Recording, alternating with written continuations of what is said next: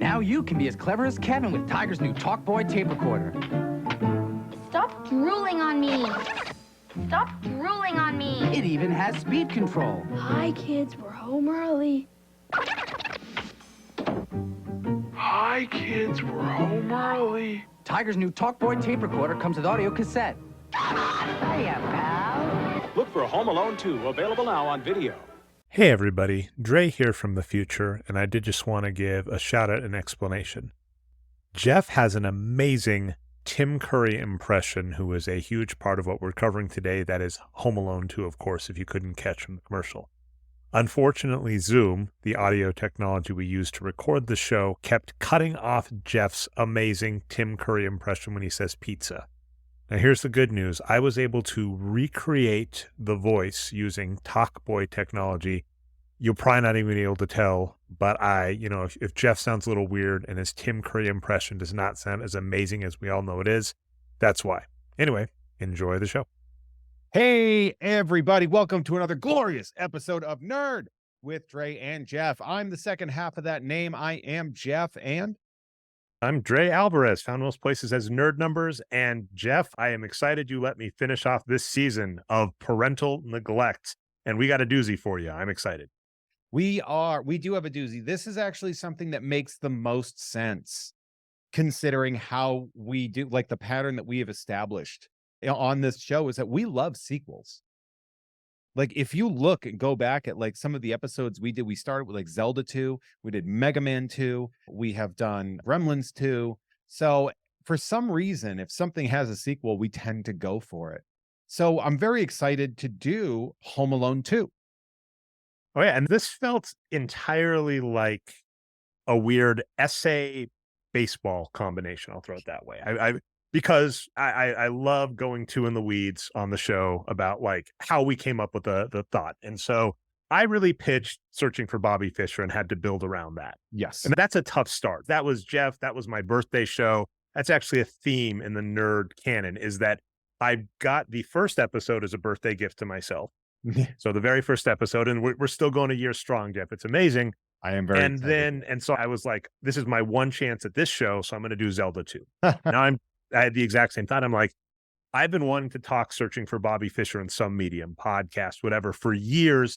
When we originally kind of conceived this, I had pitched, I think, Searching for Bobby Fischer, of course. I was thinking Real Genius, same kind of idea. A 15-year-old prodigy is taken to college with Val Kilmer and goes through all the wacky hijinks. I still want to do that. But you, Billy Bean of this, you traded podcast series and threw in Home Alone 2, making it a stronger series, and then giving me an amazing one in the future. Spoiler alert, I don't want to do Real Genius. I do not like that movie. So I'm very excited to do that episode, to look at it in a different way. When we talked about this, you started with Home Alone. When I said Home Alone 2, and you were like, which one? And I said, here's why Home Alone 2 should be something we have. First off, we do sequels. For some reason, we do sequels. Second off, Home Alone is covered a lot. Like they did an entire movies that made us on Home Alone. So there's nothing that we could really bring to the table that like the movies that made us already didn't, other than our own shining personalities, which is fine. Home Alone 2 and sequels in general do not get the attention that the originals do. And for obvious reasons. Home Alone 2 is a weak copy of the original. Oh my God, I'm looking forward to this. The original is so ingrained in the zeitgeist and so out there that like taking a deeper dive on Home Alone 2 just made more sense. Now, the other suggestion I was going to make, but I think it would have made this the season people would have wanted to listen to the least, was actually going to be Dutch, starring Ed O'Neill and Ethan Embry, which does fit that same kind of thing. It's a Thanksgiving movie, and this is our November release. And I thought that, and I was like, we'd get 45 listens on that episode because people would be like, I'm not going to listen to a podcast about Dutch. And then I was going to be like, maybe we could do Christmas for Home Alone 2 in December or something. But it didn't really fit the stuff. And I was like, well, we're in the holiday season already. Well, for what it's worth, do you know when Home Alone 2 and Home Alone were both released? They were released in November, weren't they? Yeah, basically, right. We're recording this November 10th. I think this movie came out November 12th because I've looked up like weather statistics. We might get into that in a bit, Jeff. But no, this is the perfect timing. And let's give a little teaser that we'll do at the end of the show. Jeff, being the Santa he is and the Christmas lover he is, we have a Christmas episode coming up, which is much less Christmas related than Home Alone 2. But then, of course, now we've got the nice defense, which is if people are like, really, that's what you're doing for your Christmas episode? We're like, listen, go Home Alone 2. It's right there. It's right before you in the feed. With that in mind, Home Alone 2. Jeff, I've just got some top level comments I want to make before we then, of course, go through the plot synopsis. And Jeff, very much like Adventures in Babysitting, it's too nuts. I can't give a huge high level view beyond, Macaulay Culkin has to thwart villains using essentially a mouse trapped house, which makes a heck of a lot of sense in the first movie and makes little to no sense in this movie, but they do it anyway. It really does come down to the fact that, and this is very simple put, the first movie worked, so they did it again, but they couldn't do it in the same place. That's the plot. That is literally the plot. This movie, and by the way, this movie, it's important to know that Home Alone 1, and if you can watch, you watch the movies that made us on Netflix, and you'll see that this movie, $15 million budget, it's pulling in $400 million. It's like one of the biggest, it's like the number 3 movie of the year, I think, in that point. So obviously they're like, well, we got to do this again. And so they're like, well, what do we do? Well, go to New York. This movie is, for lack of a better term, the laziest thing we've watched.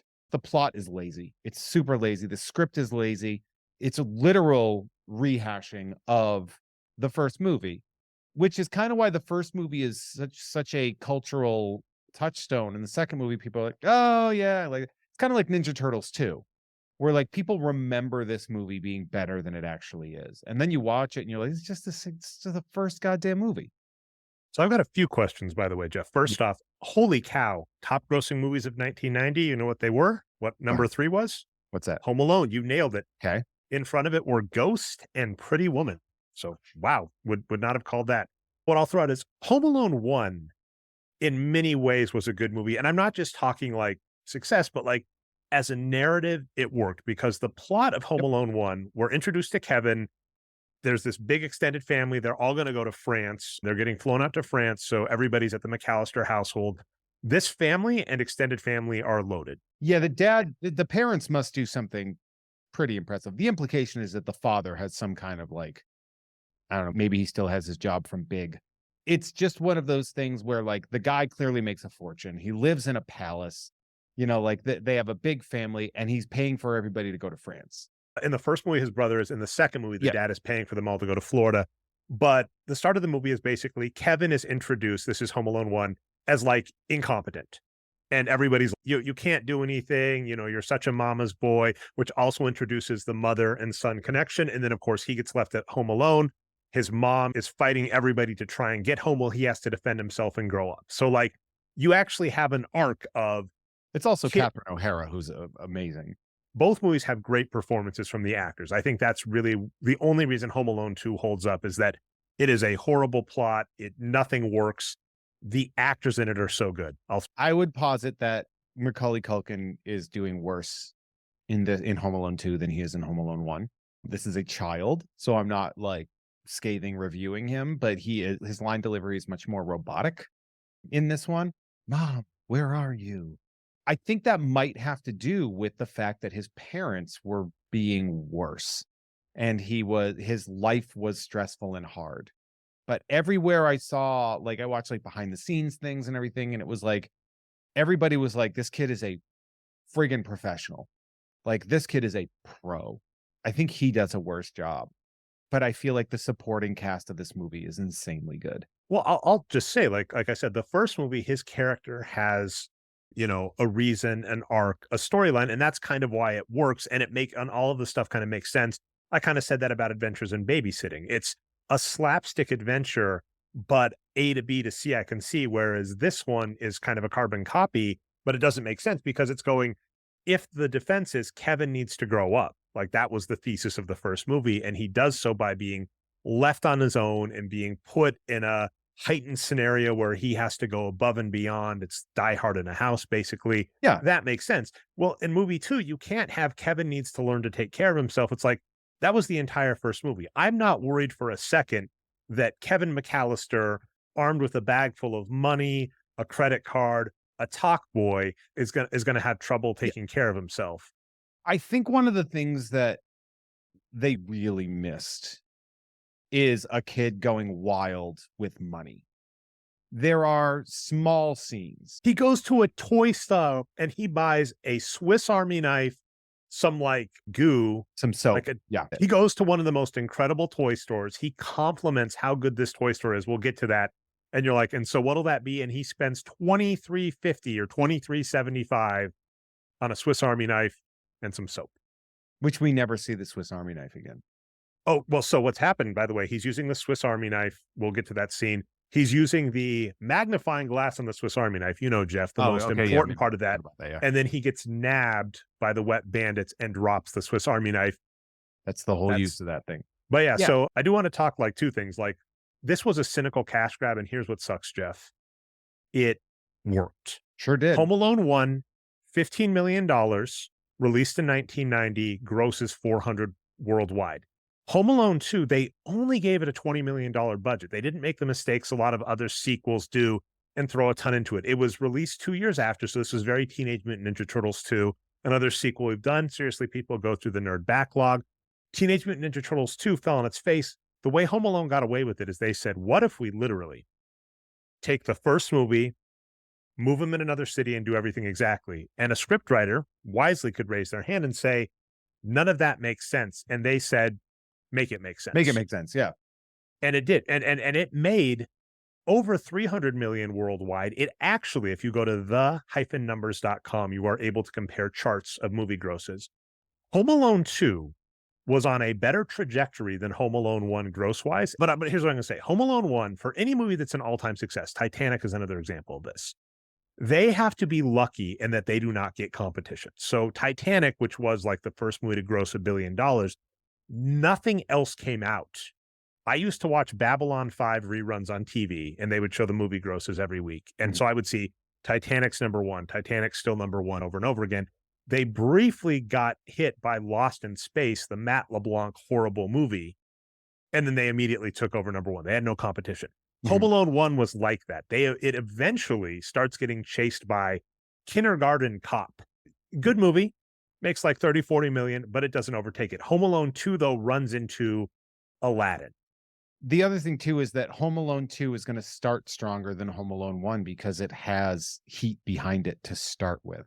So but I'm saying it kept the heat, Jeff. That's what I'm letting you know. Yes, a lot of sequels will have that boost. Like you think like Austin Powers 1 to Austin Powers 2. It gets that boost, but then it tapers. I'm saying Home Alone 1, if you watch the trajectory, Home Alone 2 was keeping up with Home Alone 1.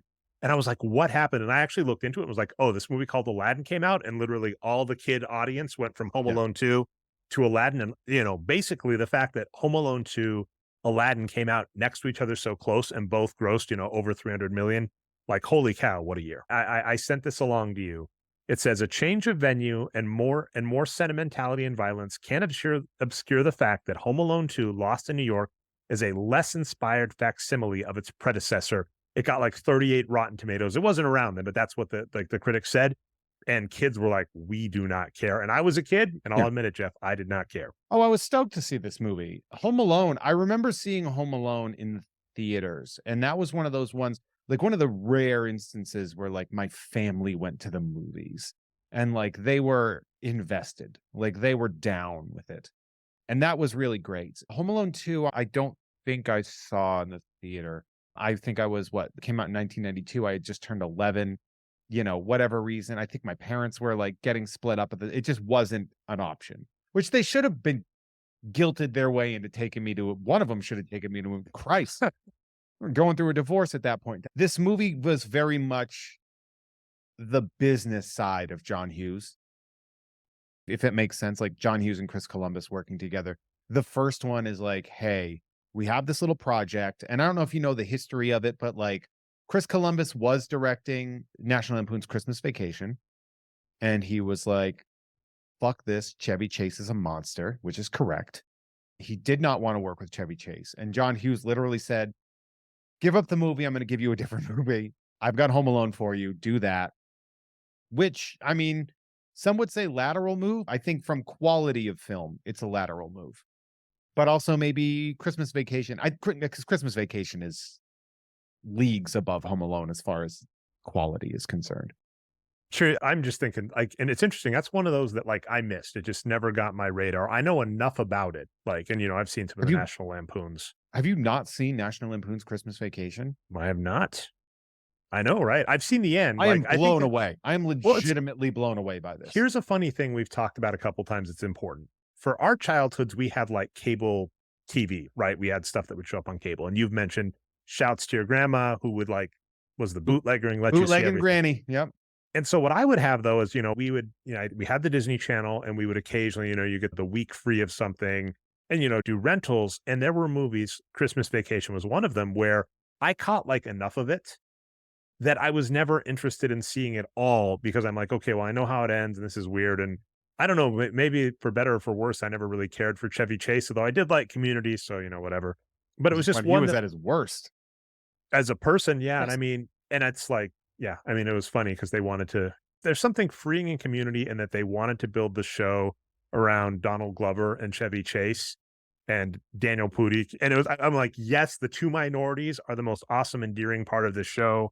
That was kind of nice as opposed to the old racist guy, but yeah. So the movie shows up and it is 100%, like you said, cynical cash grab. I'm being polite when saying it's John Hughes that is at his most businessy. There's product placement. There's weirdly, like, not just product placement, but there's products designed specifically to be placed in the movie. I'm really curious because what you're saying here is there is a product called the Talk Boy. Yes. In Home Alone 2 that was produced by Tiger Electronics. Now, of course, they were at their height of their power in 1992. In the 80s, of course, the Walkman is one of the biggest products of all time. And so the Talk Boy coming out, and then like when we're talking about this movie being John Hughes at his most John Hughes, you and I back and forth as we were watching this, we were both commenting like, this movie is 2 hours long and there are scenes that drag. And the reason they drag is it is literally the three big ones are the Plaza Hotel in New York, the Talk Boy, which was built for this movie, and Visa. There are just scenes that are literally commercials in the middle of the movie.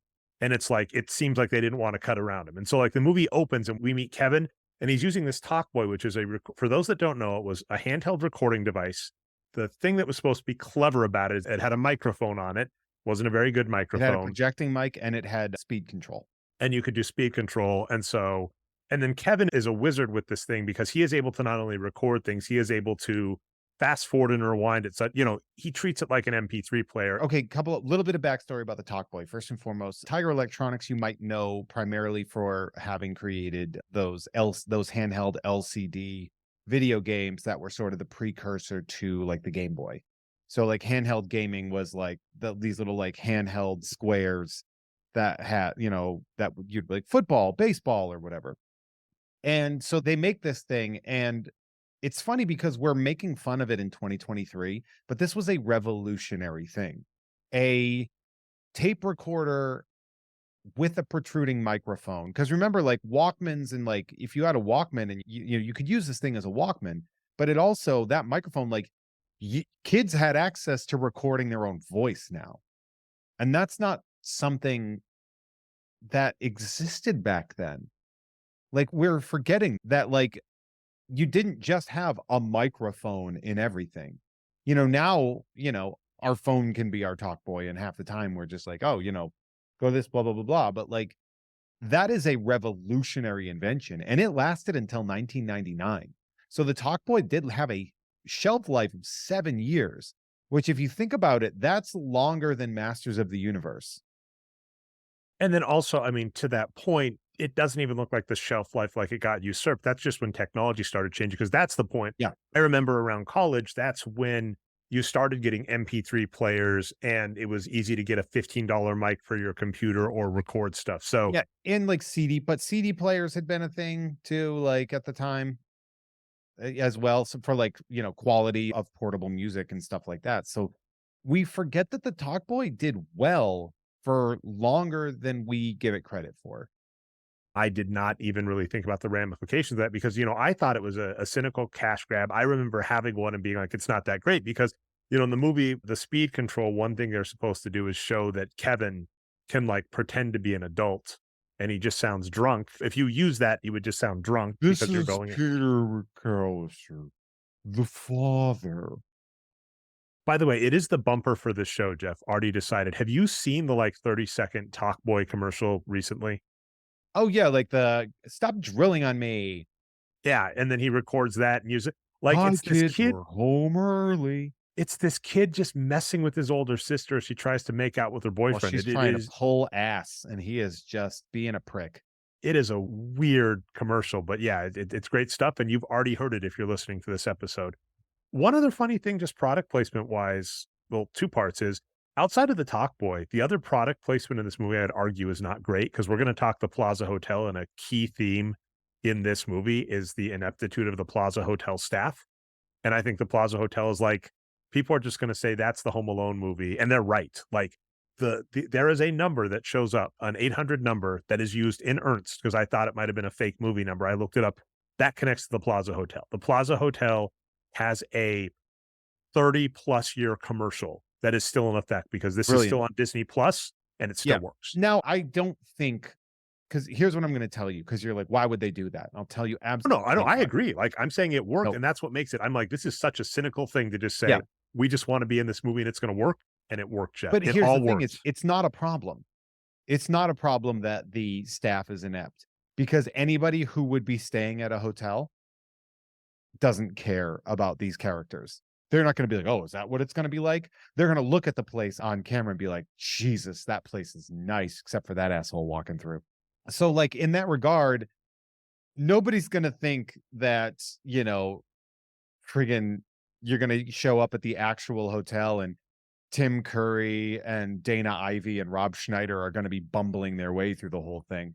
Nobody's going to think that. To be fair, if they told us that Tim Curry worked there and was even, they're like, Tim Curry as inept in the movie, I'd be like, please, mom and dad, I got to stay at the Plaza with Tim Curry. And I will add that those three characters, because first off, I think Dana Ivey is one of the unsung heroes of the 90s as being one of the best mortar characters in the bricks of a lot of classic films.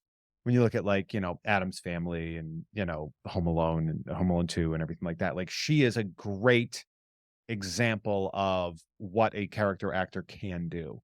But Tim Curry, Dana Ivey, and Rob Schneider are phenomenal in this movie.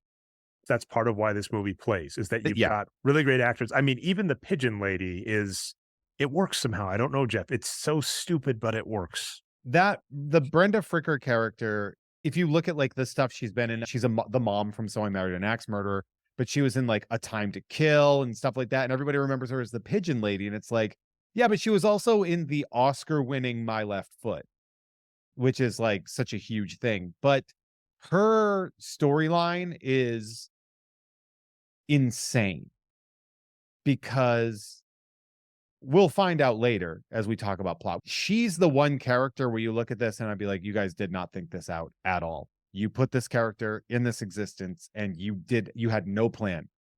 And so when they try to shoehorn a plan behind it, it is the most, what the hell are you talking about scenario. And so, by the way, we will get to that plot, so that'll talk, but I'll throw, like, when we're talking just carbon copying, in the first Home Alone, he's got a neighbor, an old man. So he's a 7-year-old and his brother's messing with him. Yeah. His brother's like, oh, that scary older neighbor with the snow shovel, he's an axe murderer. It's like, yeah, we're aware that it's an older brother messing with his younger brother. Mm-hmm. But this older neighbor of his that he's really scared of, that he runs away from a few times in the movie, he kind of eventually talks to him and realizes he's like, I'm an old man. I live alone because I had issues with my son and I haven't seen my grandkid. And, you know, he's like, you know, I don't know what to do. And, you know, Kevin kind of gives like the nice, well, you know, maybe, you know, I had problems with my family too. Maybe you should reconcile before it gets too late. And then the movie actually ends on a very sentimental note with the old man reconciling with his kid. So they copy that character, but there's no, because it can't be someone Kevin knows, because that would eliminate everything. There can't be any Kevin giving words of wisdom that results in a reconciliation at the end of the movie. So at the end of the movie, we have this homeless bird lady, and I'll spoil it, who's remains a homeless bird lady. The big thing he does is he gives her a bird ornament. And it's like, if I was her, I'd be like, are you sure you're not like in a fancy hotel that's got lots of food that I could eat on Christmas? No, just the one fucking dove, huh? All right. Half of it Well, too, right? He doesn't give the whole thing. Well, it's 2 doves, and he gives Yeah. her one, and he's like, "We'll always be friends." And she's like, "You know what I could use more than a friend is actually a hot meal or maybe a shower. You know, I'm a pretty normal lady. You know, I've got some I bought a new jacket. It seems like your father's pretty rich. I'm pretty sure he's not going to be spending any of this money." The other thing that I think, and this is my own hypothesis, I think the reason Kevin is walking around with all that money is because of Visa. I think Visa was probably like, you can get away with having this kid do credit card fraud once because it's a scam. And he's getting away with the scam because it's very believable and nobody's going to think, is it that easy to scam Visa? But they were probably like, you can't keep having him use a Visa card across the city because that's going to make it look weak. So that's why they think they added a wad of cash into it. Well, there is, to just get into like what you hate, Jeff, right? The fan theories. There Yeah. is a theory that makes a lot of sense as at Home Alone 1 on its own, that Kevin's family, particularly his dad, is involved in something shady. Because like they've all got their passports out, they're all going to visit their brother in France for Christmas. All of this wild stuff is going on. Again, really well-to-do family. And even this movie would hold up. It's like, why does his dad have just like a wad of cash in it? So that's a funny like bit Yeah. of story to just have as the backstory of like Kevin's family being shady. Makes a lot of sense. Let me finish Jeff MDB, I guess is what I'll call it, because we talked about like the insane cast. I'm curious, would be shocked, but if not, is there anybody in the cast you happen to know personally? I've been a ship passing in the night with Rob Schneider, and that's thankfully that was the case. I have also been a ship passing in the night with Jimmy Walker, who has a small celebrity cameo in Ding Dang Dong, in case you're wondering. But no, this is one of these movies where I do not believe I have. I think maybe have I met Michael Morona? I might have met Michael Morona, who was Big Pete from Pete and Pete. Love that That show. would be it. And that was Pete and Pete before Pete and Pete, right? I think these movies came out before, so that was. I think it was actually around the same time. I'd be curious to see what came first. I'll look that up in a second. And now he does like electricianing in the field. I do want to shout out Devin Ratray, which like he looks so familiar, which is Kevin's older brother Buzz, who we'll be getting to in just a second. And he plays tinfoil Kevin on it's really rough. They're all great. It's my favorite version of The Tick, but the live action Amazon series of The Tick, version. he is tinfoil Kevin on that, and just a great character. So like, and again, this like many of our movies, this is an IMDb trap. If you start going through all of the Yeah. people in the movie, easy rabbit hole to go down. And you listed some of the good names already too. It's funny too, because there's a very similar thing with that. What you were saying with The Tick was in the Daredevil series, the Foggy character. Do you know who he Yeah. played? Fulton Reed. He's Played Fulton Reed. He played the big, strong, scary bully in the Mighty Ducks, and then you see him and he's the fucking doofus. And you're just like, boy, is this a twist. Well, that's up there with what John Favreau going from playing Rocky Marciano at one point to being, I almost called him Foghorn Leghorn, but Foggy Nelson does the same thing. Yeah, same character.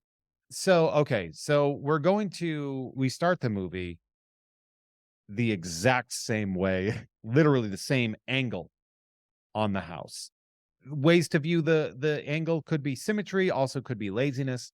Speaking of laziness, not a person that I ever really accuse of being lazy, but John Williams is clearly just doing the Nutcracker in different ways.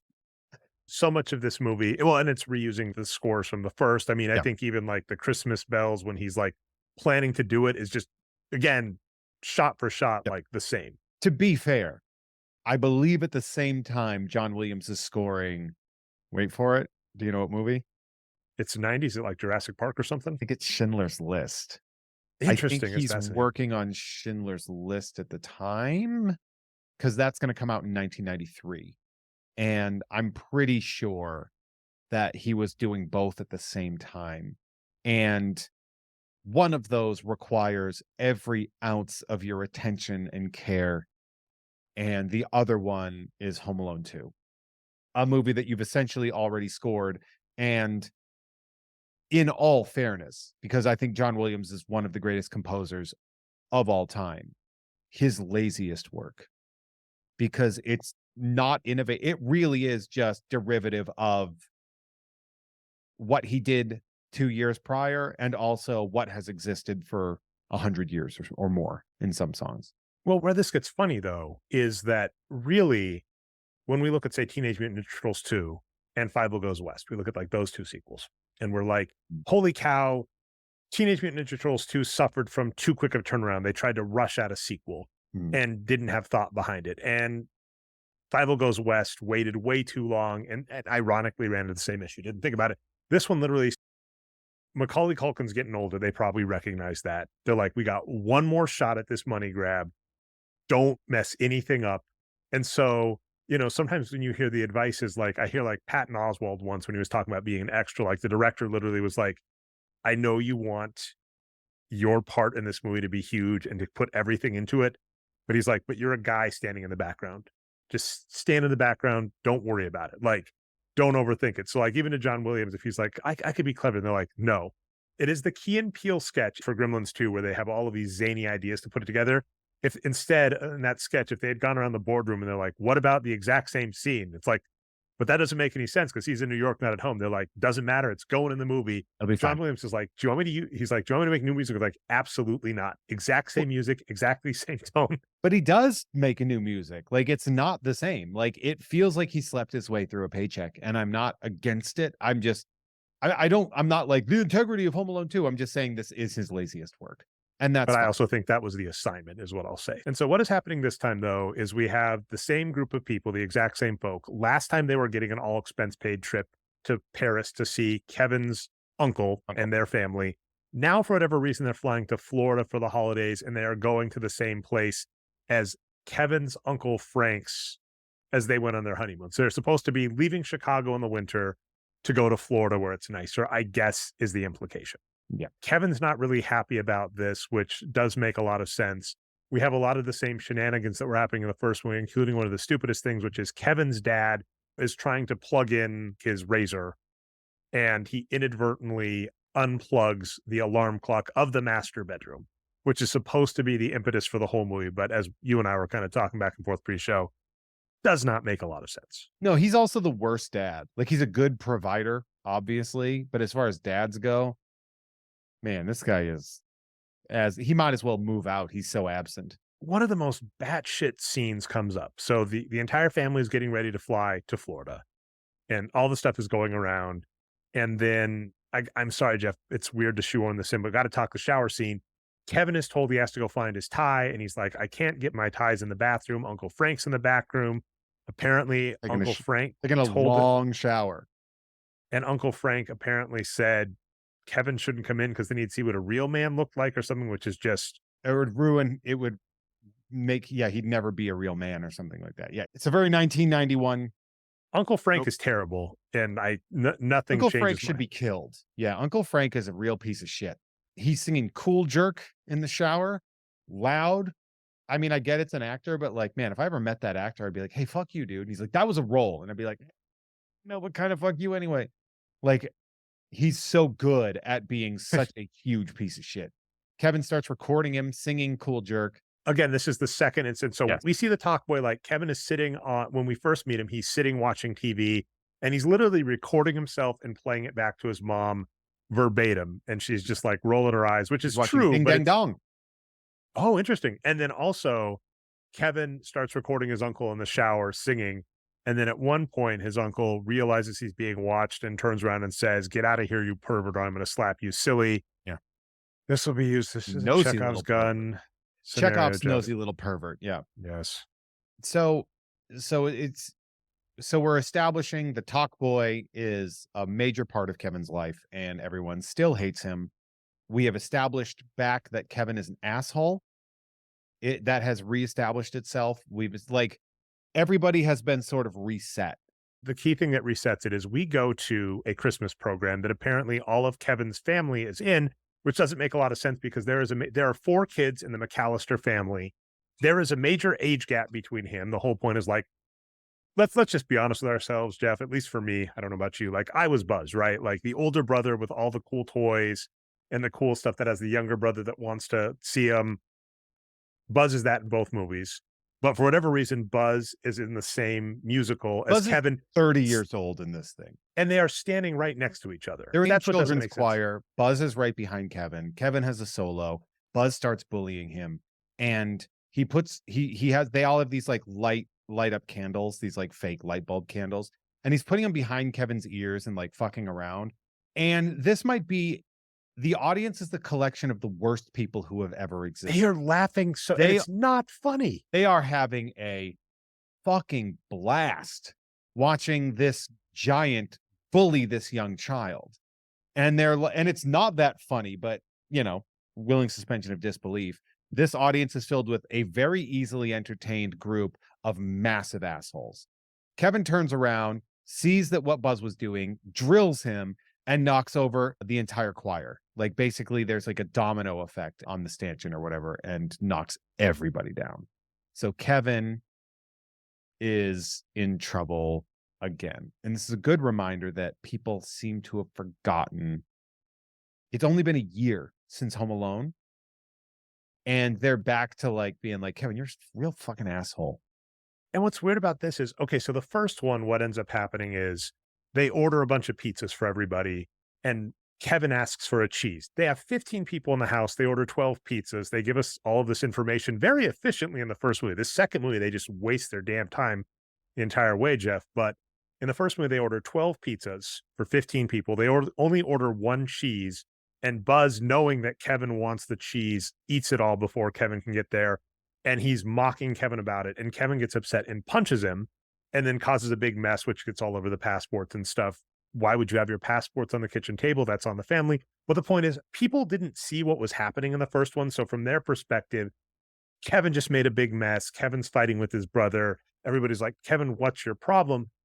This movie, everybody saw what happened, which was Buzz tormenting Kevin. And then even Kevin punching him. Like, that's almost like an Anchorman scenario. I want to be like, I'm not angry. I'm just impressed. Like, you did one punch to your brother and knocked over everybody on the stage, as well as knocking over a big Christmas tree that fell on the teacher that was playing the music. Oh yeah, that's right. I forgot that teacher probably died. Yeah, Kevin kills so many people in this movie. But I was going to throw out is, my brother and I did go to the same school and we were in a Christmas program together. But the thing is, you're not on the same stage. You're not up at the same time. There was a kid that had a solo that was just terrible. And my brother and I used to make fun of him in the car. And my mom was like, stop it. You guys are mean. So during the recital, this kid's doing his solo, and I'm near him, and my brother's in the audience next to my mom. And we start looking at it, like we have the brother look, we're giving it to each other. And my mom can see, and she like starts cracking up. Right? Like she's cracking up because we're making a joke to each other. And my mom sees it. She gets the joke and then is like, oh, holy shit, you guys were right. That is what he sounds like. And she starts laughing. And after the recital, she was like, you guys are jerks. Because we were like, my mom's like, unlike this group that were cracking up at something stupid, like my brother and I got my mom to like laugh in the middle of a important solo during a music recital. So that brought back like good memories. This scene brought back good memories. And I was like, but that's how you do it. The Alvarez brothers did it right. The McAllisters, no, that is not how you do this. Here's mine. Oh, of course, Christmas concert, 7th grade. The Little Saint Nick.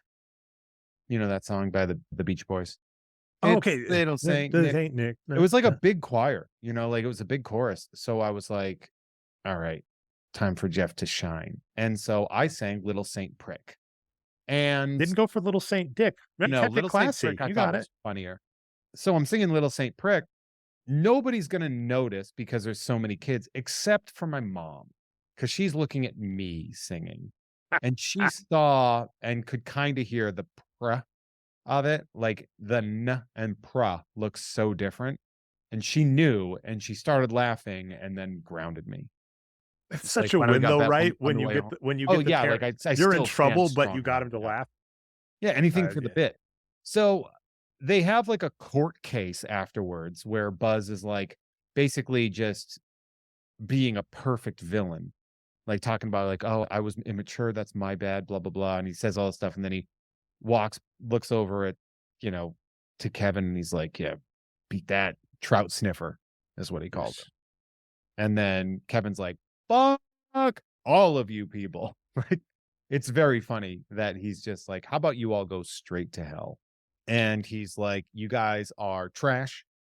We're going to Florida for Christmas. There's a pine tree within a year of it. Like, this sucks. And he's like, you're going to sleep on the third floor with Captain Pisses' bed, who switched from Pepsi to Coke, by the way. Did you notice that? I did not notice that. Yeah, he went That's from awesome. Pepsi to Coke. Yeah. That's an upgrade. They There you can't go. beat the That's real thing. That's where the real money's at. The Coke Yeah. money, yeah. They got Coke money. That's a different thing. But yeah, so they're basically like, and Frank's like, your dad paid a lot of money for this. You better not screw that up. And he's like, oh, don't want to mess up your free ride, Mr. Cheapskate. And I was like, oh shit. Like, Kevin is burning bridges right here. Which Good. I appreciate. And then we get, like, again, this is the carbon copy from the first scene where his mom takes him to the third floor. And what happened in the first movie is, like, he gets grounded, and he's like, I don't want to sleep with the cousin who wets his bed. His mom, like, that's the thing, is like, throughout this, in both movies, we have established that Kevin and his mom have a good relationship. The first one, much, much better than the second one, Jeff. But so in the first one, she's like, okay, just sleep on your own. We'll deal with it in the morning. In the first one, he's like, I hate my family. I don't want any family for Christmas. I just want to be alone. And, very monkey's paw, be careful what you wish for. Yeah. And this one, he's like, I just want to, like, vacation by myself. It's identical, but it's like, I just want a bunch of money to have a vacation for myself. The mom could have just been like, yeah, perfectly reasonable. We all want that. Yeah. We get it. So, but they try and play it like the first one. It's like, be careful what you wish for. And it's like, be careful for what? And I actually agreed with the point you made, which is, had this movie done a slight turn, they could have done like a kid with a lot of money having a lot of fun in a big city, which they do not do. No, they don't. The formula worked too well on the first one for it to not work. Now, the benefit of that is it's a family movie that's repetitive. And I don't know if you've ever seen a kid watching a movie, but they don't give a shit. Like I said, I'm the case in point. I watched this. I liked it. I remember it fondly. After this, I'm going to talk to Daniel and see what he thought. But the other part of that, is that when you look at a lot of modern comedies now, they do the same exact thing. If you look at Austin Powers 2, it's the same as Austin Powers 1. The same bits, the same this. Same thing with like the Hangover sequels, Anchorman 2. Like, all these sequels that come out and they're just like, hey, remember the thing we did? We're going to do that again. And it doesn't work if you are like an R-rated comedy. It's just not going to work because your audience is smarter than that. The reason that movies like Wayne's World 2 work is because Wayne's World 2 is a very different movie. Like, it is totally different. There isn't the repetition of that. Like, the style of comedy can be similar, but it's not repetitive. It's actually quite fresh.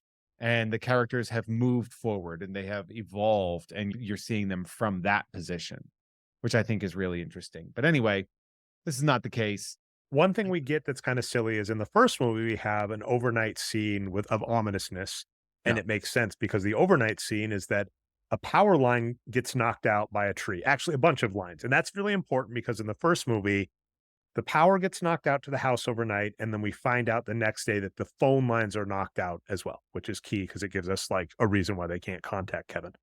In this, all that we discover overnight, same ominous scene, is that the wet bandits have escaped, which is apparently page one news because a newspaper flies across the thing and goes on, now done, but also like, okay, it doesn't make any sense, Jeff. We'll get to it. But because of just Peter unplugging his alarm clock, the entire house oversleeps. I do like the idea that like the Chicago Sun-Times would have that as their front page story.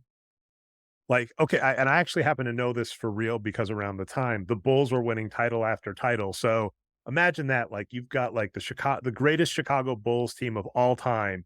The newspaper's like, what are we going to write about? And they're like, 2 guys escaped prison that, knocked over like 5 houses and got humiliated by a kid.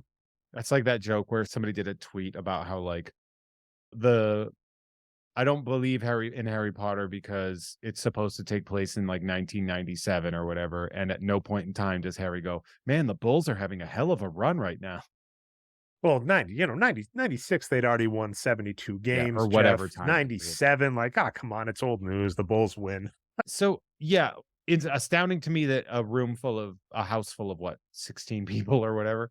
15. Like 15 people, that nobody wakes up on time. Like that whole family just got like super high the night before and slept in. Not one person is Well, awake. it's also funny because in both movies, the implication is they've called a shuttle service to get to the airport. And in both movies, it gets hilarious that it's like, okay, well, and even the first movie, they were like packing bags. It's like, yeah, literally, even if you're not in great clothes, you got a shuttle service. You can hop in the shuttle, put your bags in, and just get changed in that. Like, it shouldn't be a problem. And I mean, like, again, this is the stupid suspension of disbelief where I'm like an adult being like, the logic in this kid movie doesn't make sense. And this reminds me of like the Harrison Ford to Mark Hamill back and forth, where like Mark Hamill's like, this scene in Star Wars doesn't make sense. And Harrison Ford is just like, it's not that kind of movie, kid. And that's this too. They just need the wonkiness. Yeah. So they get to the airport. And Talk Boy is the real villain, Jeff. Talk I- Boy is the real villain. Yep. Kevin finally makes it. They do a little fake out of he's not in the van yet. And then at the last minute, he gets in. We're like, oh, okay. Basically, he's carrying his dad's bag. They're running through the air. I don't know why his dad made him carry his bag. Oh, no. So what it is, Kevin's got his Talk Boy, not shocker. So Kevin is like, I need batteries for my Talk Boy. And his dad's like, I have some in my bag. Just wait. Yeah. Gives Kevin his bag and is like, change him at the terminal. Kevin, being the little imp he is, decides to stop in the middle of a crowded New York airport and change the batteries in the Talk Boy. And then, despite the fact that they have repeated the gate number between everybody like 5 or 6 times, I know he's 8, Jeff. I'm being a jerk, but it is what it is. Kevin, instead of going to the right gate, chases somebody that has the same jacket as his dad. He's in such a rush, he runs into the woman blocking the door or collecting tickets at the door. The gate agent. Knocks over all of her gate agent. That would be the word. Thank you. Knocks over all of the tickets she's holding, the including sentinel his. of the skies. Is that's a much better term. Let's go for that. But he knocks her over, knocks his ticket on the ground, knocks all of her tickets over. You know what, Jeff? I just realized a plot hole in this movie potentially because later he has his ticket. But anyway, gets on the plane.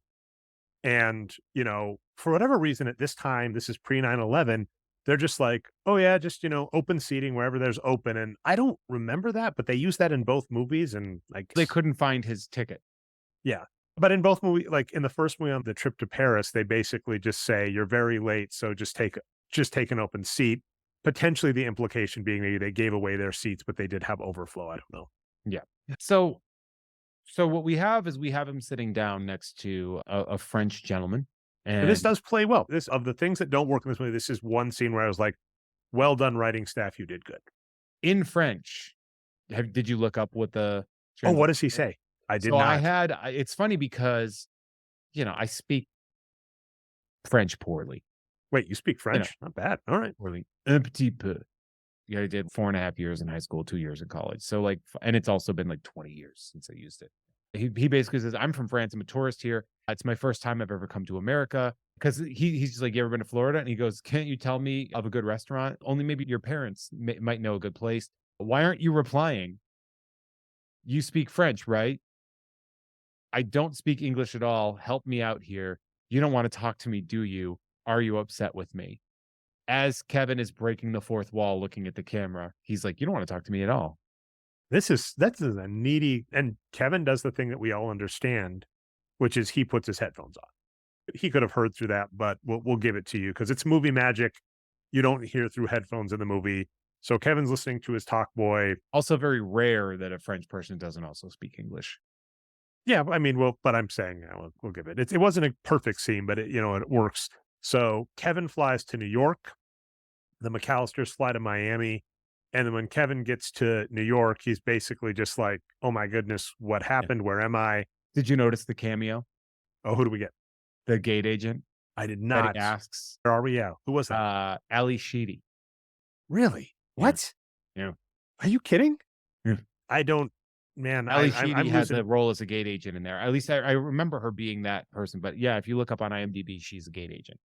I'm going to have to look because I feel bad. This gets so wild in that like the people on the television show Psych really are huge John Hughes fans.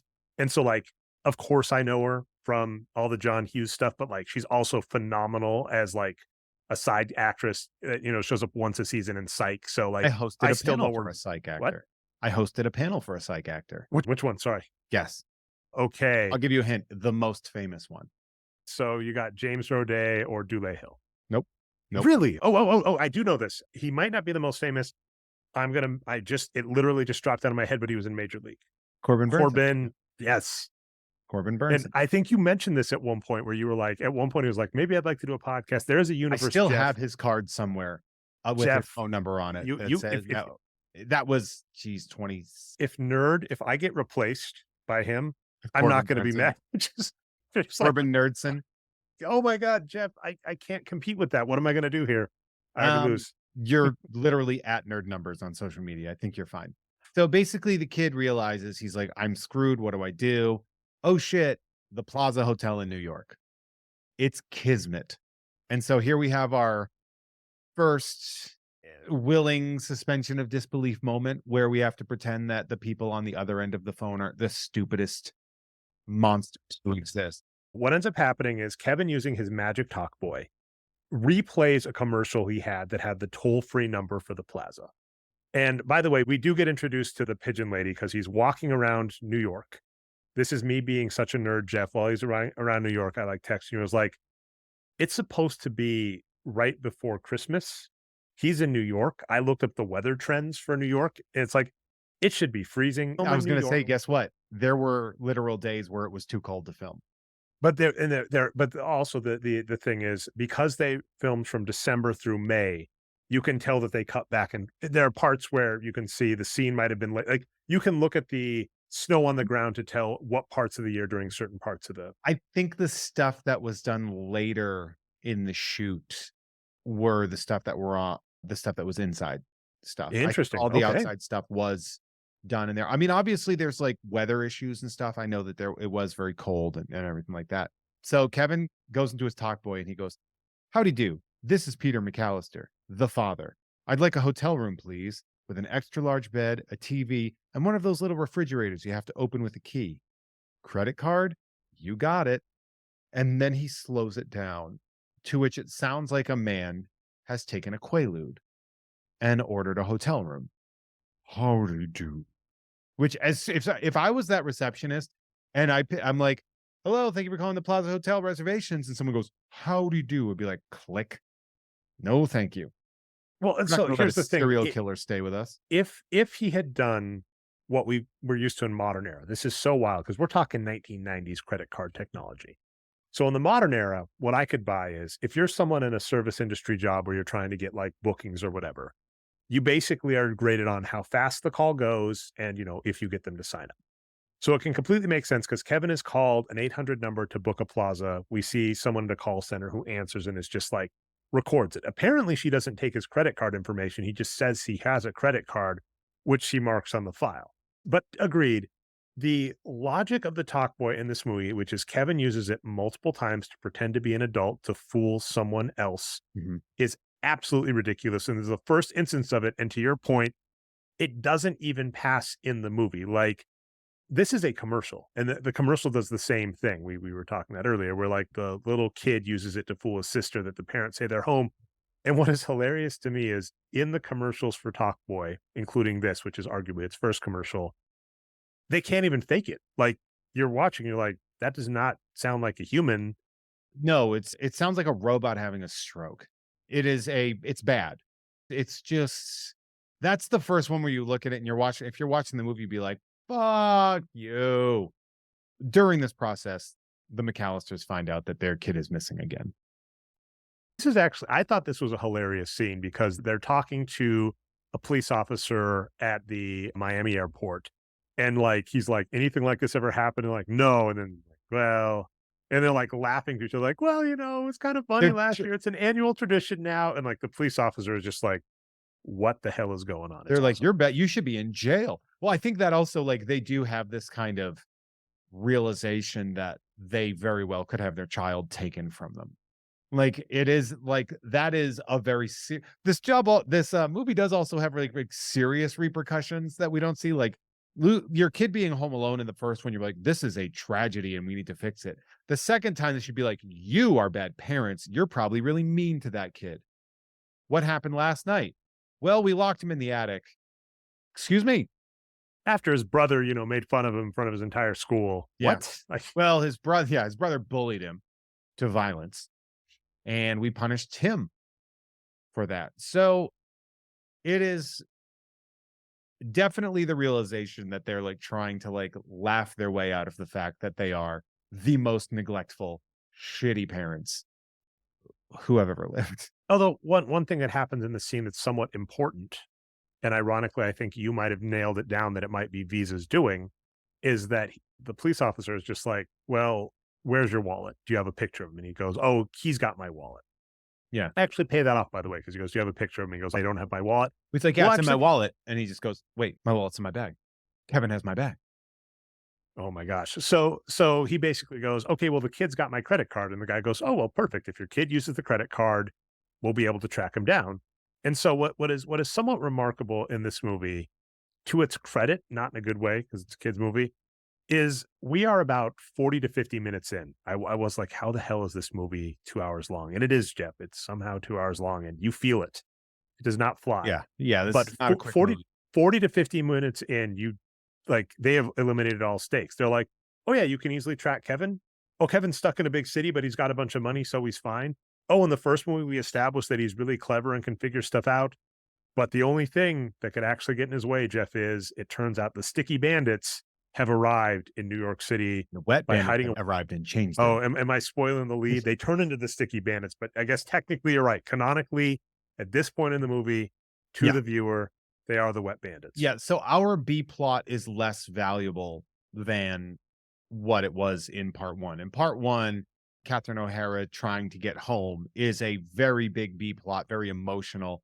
In this one, it's really phoned in, not to her. Obviously, it's not her fault. It's just the story is her getting home. They're like, all right, we're on a flight back to New York right now, followed by we're in this hotel. We're in the hotel. We knew where he was. So I'm guessing he's around here somewhere. And it's just her being like, I'm going to look for my kid. And we get maybe 3 minutes total of that. But yeah, it does speak to Catherine O'Hara is awesome. It does speak to the awesomeness of like Tim Curry. And I hate to say it. I hate myself for this, Jeff, but 90s Rob Schneider, he was good. It even came up, Nicholas Cowan on Jeff Has Cool Friends and Talking Surf Ninjas is just like, it speaks to it. Oh, that is so cool. I'm holding my autographed Surf Ninjas by Ernie Reyes Jr. and Nick Cowan. Yeah. I'm so jealous of that. But anyway, Rob Schneider was in a bunch of stuff and clearly, and Nick Cowan agreed, was good to work with. So it's like, it's painful with, anybody that kind of has become a modern day MAGA head. Like, you can watch them and just be like, this was Rob Schneider, Tim Curry at their peak. I mean, Tim Curry's LeBron James. His peak is his entire damn career, but this is two great people at their peak. So like, it's remarkable that Catherine O'Hara was like pulled from the movie because she was such an integral, great part of the first movie. Oh, but she was actually replaced reasonably well with some amazing actors. Yeah. And just Tim Curry does rip. Like Tim Curry is so good in this because he notices him checking in. He's like, what's that young boy doing here? He's like obsessed with Kevin, which is also weird. He's like, keep an eye on him.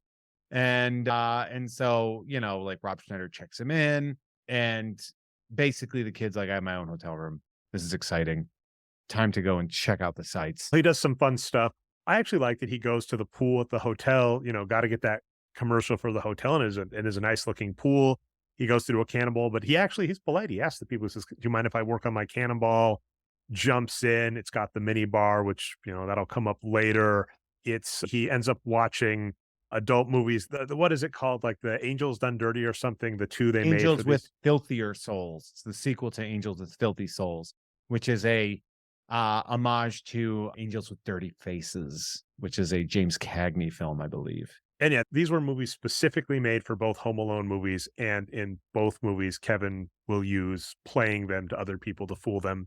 So Kevin's eating ice cream, watching adult movies, and by adult, I just like not adult, like, R-rated movies, basically. And yeah, that's all going on. I forget if there's any B plot going on because we do get Tim Curry acting creepy in here. And I'm just reading over to see if there's anything else happening on the B side that's happening while that's going on. Yeah. I mean, it's just, we get the Donald Trump cameo. Yeah. We can just get right past that. Kevin had gotten an inflatable bozo from his grandmother, I believe, for Christmas for the pool, which is a terrible gift, awful gift, bad grandmother. Really? I don't think that's a horrible gift. It is. He's got to take that home now. He's got to have an inflatable bozo in Chicago. Doesn't work for me. But So Tim Curry sneaks in and Kevin hops to it and creates a scenario upon which he is replaying Uncle Frank singing Cool Jerk. Tim Curry does poke his head into the bathroom. Can I express how weird this is on all fronts? Because Because it Curry, is. It's insane. Tim Curry knocks on the door and says, with a German accent, I think, housekeeping. Allskeeping. And Kevin freaks out. Now, the easy answer, I mean, I guess he's a kid, he doesn't know, you can just say, not right now, or, whatever, it's late. But Kevin instead freaks out. Yeah. Tim Curry then opens the door and sneaks in. It's like, well, first off, you didn't need that housekeeping thing is gonna fall through real fast. You didn't need to sneak in. You are an employee of the hotel. He could have used his real title and just said, it's a concierge service. We think, we just wanted to check the mini board. Yeah, that would be an easy excuse. Yeah, wanted to check in. Yeah. He didn't need to lie to get in, but because he lies, he then sneaks in. Kevin is worried about this and has created this elaborate setup of, as you're mentioning, this blow up clown, which he had to blow up too, which he has also found 2 ropes for to make it look like it is dancing. He must have already set that up as like his backup. Yeah, I mean, it's possible that he had done that. It has to be that. Because he blew it up for he's fun. Not going to immediately set up a complex pulley system. That doesn't make any sense, Jeff. That the integrity of Home Alone 2, which we've already discussed. Yeah, but I mean, you can work around that being like, well, he's done this shit before. And he's clearly needing to have an alibi, or like, and by an alibi, a father figure somewhere just in case. So, if they showed up and he could be like, oh, my dad's in the shower, and or something like that. But this actually does create something that allows the movie to work better, which is now they're going to stop asking about the father. Oh yeah. And so what happens is Tim Curry does peek his head into the bathroom, which at this point, like, he should just cut his losses and left, but fine. And then Kevin plays the recording of his uncle saying, "Get out of here, you pervert, or I'm going to smack you." And he also pantomimes it perfectly. He's got the pulley system to turn the clown, do that. So Tim Curry runs out of the room.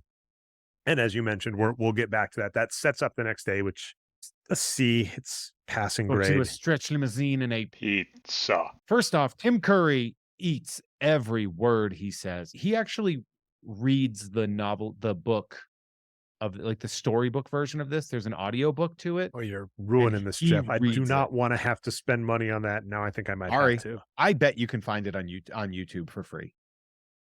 And then also, by the way, we do get a minor B plot check in here before we get Tim Curry giving him the stretch limousine and a pizza. Your Tim Curry impression is amazing, by the way, Jeff. I'm not even going to try. And a pizza. That's the rest of the show. We're just going to do that for another hour. But so the family does arrive in Florida, which is having like a monsoon season. I looked up the weather for Florida at that time. There was no rain, Jeff. But anyway, fine. Oh, it's a movie. And it does rain in Florida, so yeah. So it's supposed to work, Jeff. I'm not supposed to look up 1992 weather facts. It's funny that you were like, when I suggested, well, he would put up the clown in the shower because he knows he's going to have to maybe deal with the people at the hotel, and you're like, fine, whatever. But then you're just like, I did look up the weather at the time, and it wasn't rainy, and I'm like, well, it does rain in Florida, and you're like, fine. One thing I appreciate is that a through line of over a year of this show now, Jeff, is like we're different types of nerds. And sometimes I'm like, no, that's the same type of nerd. In this case, I'm like, yes. No, we are very clearly showing our differences here. We're like, both types of nerds are watching this movie going like, no, this like, I checked the stats on the weather at the time, and I'm like, that's not a thing. That's not a thing in Home Alone. Okay, but basically what we're supposed to get here is that the Florida hotel is a dump. It was apparently where Uncle Frank went on his honeymoon, but it's much worse now. It's super rainy. It's a motel, by the way. Yeah, it's like not. They say it's like the hotel, and then you see it, and it's like a rundown motel. Which explains how, Kevin's dad was able to pay for it. So they're all stuck there, and basically, as you pointed out, the first movie, the B plot, is very action driven. The family is pushing itself to get home to Kevin. Wait, Kevin's dad was able to pay for it because Kevin's dad is rich as shit. Yeah, well, I mean, we established that, but yeah, but I'm saying it gets funnier because Uncle Frank is like, don't ruin this. Your dad went all out, and you looked like, he didn't let him shit. So Kevin's back Kevin does also realize that Uncle Rob, the uncle that they went to see in the first movie, by the way, in France, has a home in New York. This will come up. And I got so fucking pissed off, Jeff. I think this is the scene. If not, it happens a little later. But Kevin goes to bed and he looks out the window and says, "Good night, Mom." And then we cut to And his mom. even And though she's, we know how very far apart they are. yes, I was like, did you Somewhere out there, us, yeah. really somewhere out there us in this scene? And they did. And it doesn't make any sense. But again, whoever wrote the movie was like, fine. Isn't it crazy to me, by the way, that Somewhere Out There is such a banger of a song and it's from American Tail, and people don't really remember American Tail, but that song has sort of crested past it. It won Song of the Year. When we had the episode with Kim Crawl on 50 Goes West, I was shocked we didn't spend more time talking about just how amazing of a song that was. That would be a good soundtracker episode. But anyway, so next morning, Kevin comes down. As you mentioned, we now have the plot armor. He tells Tim Curry, "My dad's already left. He is very upset with you." Yeah, he goes, probably do won't not, he actually says, do not expect to see him for the rest of this trip. Which is perfect. He's apologizing. And then, he's offered a stretch limousine and a pizza. Pizza. Love it. All right. As you And mentioned, it's we've so upgraded. fun. It's Okay, real quick though, because we're getting to this part where he gets up and he's like, and it is important to note that this is courtesy of the Plaza Hotel. They are paying for this because of what they did to the father. Because he goes, courtesy of the Plaza Hotel. Yeah. So he gets out and Rob Schneider has the pizza ready for him, which first off, it's like 9 a.m. But second off, Kevin's, he's like, "So your cheese pizza," or whatever, which you wouldn't say cheese pizza. So here's what's annoying. That would have played if this was Home Alone 1. They're just grafting on Home Alone, because in Home Alone 1, the incident impetus was, I wanted a cheese pizza. I didn't get a cheese pizza. In the movie later, he orders a cheese pizza. Movie 1, it pays off. Movie 2, they do a callback to it, but doesn't make any sense. You're like, all right. I will tell you, we might have glossed past it, but my favorite callback from this movie takes place in Florida. Oh yeah, that happens later. But yes, I know what Okay, you're we'll get talking to about. that then. So first off, Rob Schneider opening the pizza box in a freezing temperature. I'd be like, close that box. You are cooling off my cheese pizza. You are ruining it. Cut it out. And then he gets in there and he goes to Duncan's toy chest, which is... But two other important parts. You noticed, I didn't realize this, but the synopsis puts it up. Coca-Cola's there too. Yep, big leagues now. So there is a Coca-Cola in there as well. Kevin's in a limousine. He's in the limo, which has, it's supposed to be a big deal back in the day, has a television in it that he's watching. He's crazy watching... to me, by the way, that they don't get a pizza sponsorship. I know, in either. Well, so the first one, it could maybe make a little sense in that the pizza driver drives nuts and knocks over, and maybe they couldn't. But it also just makes sense because they might not have gotten a pizza company that would want to do it. But I don't understand to this. Home Alone 2, yeah, it should have. I mean, think about it. The Ninja Turtles and Ninja Turtles 2 went from Domino's to Pizza Hut, but they still had the pizza. They still, and Pizza Hut. Everybody. I've seen some jokes lately about it on social media about the reading club. Pizza Hut going for kids. That was their thing. It makes sense. I remember Pizza Hut with the Don Bluth movies with The Land Before Time, as we're noting with Five Goes. So yeah, I mean, it's shocking that there was not an official pizza sponsorship of this movie. But regardless, he's watching How the Grinch Stole Christmas, and they do this so perfectly. The best wipe in a movie I've ever seen. Yes, the so Grinch's good. smile, and it goes right to Tim Curry. And Tim Realizing. Curry, you got to love him as a villain, because he's like, I have been bested by this kid, but he's like, fuck no. Apparently, this is what confused me, because I wrote this down in my notes initially, being the nerd I am. I was like, wait a minute, the credit card's being tracked. Kevin checked into the hotel with the credit card. Shouldn't he already be tracked? Apparently, they just put the card on file and we're going to wait till he checked out. Well, what I'm saying is the hotel put the card on file and was going to wait till he exited to charge. No, they already swiped it. Well, and he goes, wow, it worked. So that's weird that they have all that information. So actually, what this is here is that Tim Curry is basically just looking up to see. He grabbed the receipt and looked up the number of the credit card, and it said stolen, which is weird to me because stolen is different from flagging it and being like, it's give us a call that this is a bigger issue than a card being stolen. So allow me to explain then. Okay, I am allowed to keep my type of nerddom then, Jeff, because I was like, wait a minute. They told us immediately, once the card is used, we can track him. He uses the card. almost immediately. You actually made the very astute observation. The reason Kevin's got a wad of cash and a credit card is Visa was probably like, we will let you use our image. We will be in your thing. We will let you use us for credit card once as long as it is resolved, which it And more is. likely, we will pay you to use us as your credit card. Yeah, I mean, it was clearly a sponsor, I'm guessing. And what I'm saying is, I think to your point, that the stipulations were you show us prominently, which they did. You show us as responsible, which they do. And, if you're going to have a kid that's committing fraud, like one, call it out, which they do. And also he needs to be using another form of payment for the rest of the movie, which he does. Which is that big fat ass wad of cash.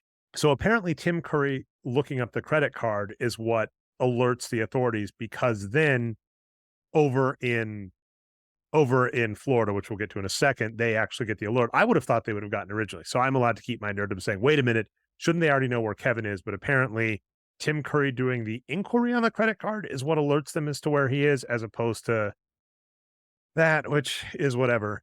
It's weird that they would have followed it as stolen.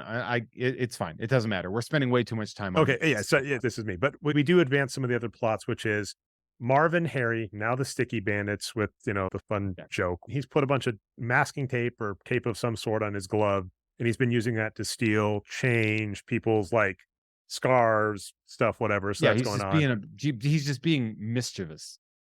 And because Marv is a child. Which is, yeah, we have very Pinky in the Brain energy here. Yep. Harry does the, tell don't show of basically explaining. He's like, look, we've escaped. We're on the run. We don't have all of our equipment. In the first movie, they were set up, right? Like he had like a police outfit. They had the fake plumber's van. They had a bunch of equipment, but of course they've escaped. So he's explaining, he said, we need to get a bunch of cash and run quick. What are we going to do? We're going to knock over a toy store. We're going to knock over this toy store. No one's going to see it coming. Which, by the way, the leap of logic is insane. Think about it like this: when they're like, we got to rob some places and get money. And they're going through like the method of figuring out what. And he's like, how about hotels? People carry cash. And then Joe Pesci's like, yeah, there's no guarantee of that. But what is going to be open? He goes, candy stores. And he's like, kids rob candy stores, you idiot. And it's like, but kids rob toy stores if that's the case. Like, kids shoplift toys too. Like, it's about the money. And candy stores are probably doing great around Christmas. But he's like, toy stores, we'll go for a toy store. But it's like, have you ever heard of a drop? They do a drop every night so that people don't break in and rob the place. Now, to be fair, there could have been some information that was back and forth because, well, we discovered this is Duncan's Toy Chest. I don't think it's a real store. No, it's FAO Schwartz, but it's Duncan's Toy Chest. And I could buy FAO Schwartz being like, absolutely not for your movie. We're not, yeah. Yeah, we're not going to be the victim of your movie. So Kevin goes to this toy store. We already talked a bunch about that up top, where it's hilarious because it's this kid with a wad of cash going to the most amazing toy store. The limo driver from the hotel, he's like, sir, are there any good toy stores? And he's like, I absolutely, sir. I know the best toy store because I'm a weirdo. And we should be ready for a Big, like the movie Big with Tom Hanks scene here. You've got Macaulay Culkin with a wad of cash going to a toy store, and they spend that scene with him talking to an old man about philanthropy. And not only that, but he doesn't spend much time. Like, he goes into this toy store and then immediately is checking out. There has to be deleted scenes there because I can't for the life of me understand why they're not having fun with this scene. And instead it's this overly sentimental goop of him buying Monster soap and a knife, obviously. That's pre 9/11 world. And then he talks to Mr. Duncan, who he doesn't This know. old guy is checking him up, and it's very, to your point, to Macaulay Culkin, who is a phenomenal child actor, just his entire resume, and you saying like this movie just was not as good as Home Alone 1. I mean, part of it is like the script and the plot and whatever, because in this scene, he's just like, this is a really nice toy store. Whoever owns this toy store seems like a really nice guy. And then the cashier's like, it's Mr. Duncan. He is a really nice guy. He donates cash. He loves children. And that actor, he's the actor who played Mr. Duncan is in a bunch of stuff. This is kind of mean from IMDb. If you look up his IMDb on the IMDb trap, they describe him as owl-faced. And I'm like, well, they're worse. Oh man, they nailed it though. It's true. But yeah, they're just that like man, this owl face of an owl. And until you told me that, I wouldn't have thought. And as soon as you said that, because I didn't read that, I was like, oh shit, yeah, they got his number on that one. Yeah, because he's been in, obviously he's an older actor. He's been in a ton. Like if Oh, you yeah. are a speaking part in It's this like looking at movie, Dick Miller's IMDb. You're just like, Yeah. Jesus. yeah, they were in a ton. But so he's just like, yeah, the guy loves children and he donates all of the money from Christmas and the day after Christmas to like a child's orphanage or something, and he drops it off himself. So to be fair, had that been information that Harry and Marv had acquired, they could say, this old guy collects all the cash and the next day he drops it off himself. So it'll all be waiting there for us. That's my gangster impression, I guess, Jeff. That would have made sense. But them just being like, logically, it makes the most sense that a toy store, like, you're right. Like Harry could have just raised his hand and said, like, I Yeah. worked retail in high school. Don't most retail stores do a drop the night before, like the night after any big cash drop offs? Although I guess to be fair, I will say these two things. One, I don't know if the banks are going to be open for the drop. That could work. Two, I believe the money is on display. Right? He said, oh, you see that money over there? Yeah. Like that's what it's going to. So like, I guess they could just walk into that store and be like, all right, well, there's a big wad of Well, money there. that's what I'm saying. What's annoying is the logic is actually there for Harry and Marv's plan, And they don't but it is say it. not. Yeah. But it is not delivered by the right set of people. It's not So- addressed. Yeah. The logic is not addressed. and we actually spend more time on Harry and Marv because they are in the store, in the open, discussing their plan while in the store. They're like, we're going to hang out here all night and rob it, and like just I would do stopping as that people too. walk by. So we spend more time on them in the store having fun in the toy store than Kevin. And then at the end, though, Kevin's just like says, oh, that guy sounds really nice. Does he give him a 20 or does he give him more? How much Gives him money a does 20. he give him? That's He's it. given him 20. He said he got it from, it's 1992 money. But to be And fair, what? if you recall, the old man sees all this money that he has, and he's just like, how'd you get so much money? And he says, I have a lot of grandmas. And then later he's just like, oh, by the way, I earned an extra 20 shoveling. He spent $23.75 on himself and he donates $20. Mm-hmm. So I'm just, fuck you, I mean, Kevin. That's what I'm going to say. They're pushing you to overly sentimental doofus. And he's like, oh, here, take some crap. He goes, these two turtle doves. I'm going to make up a story about these turtle doves.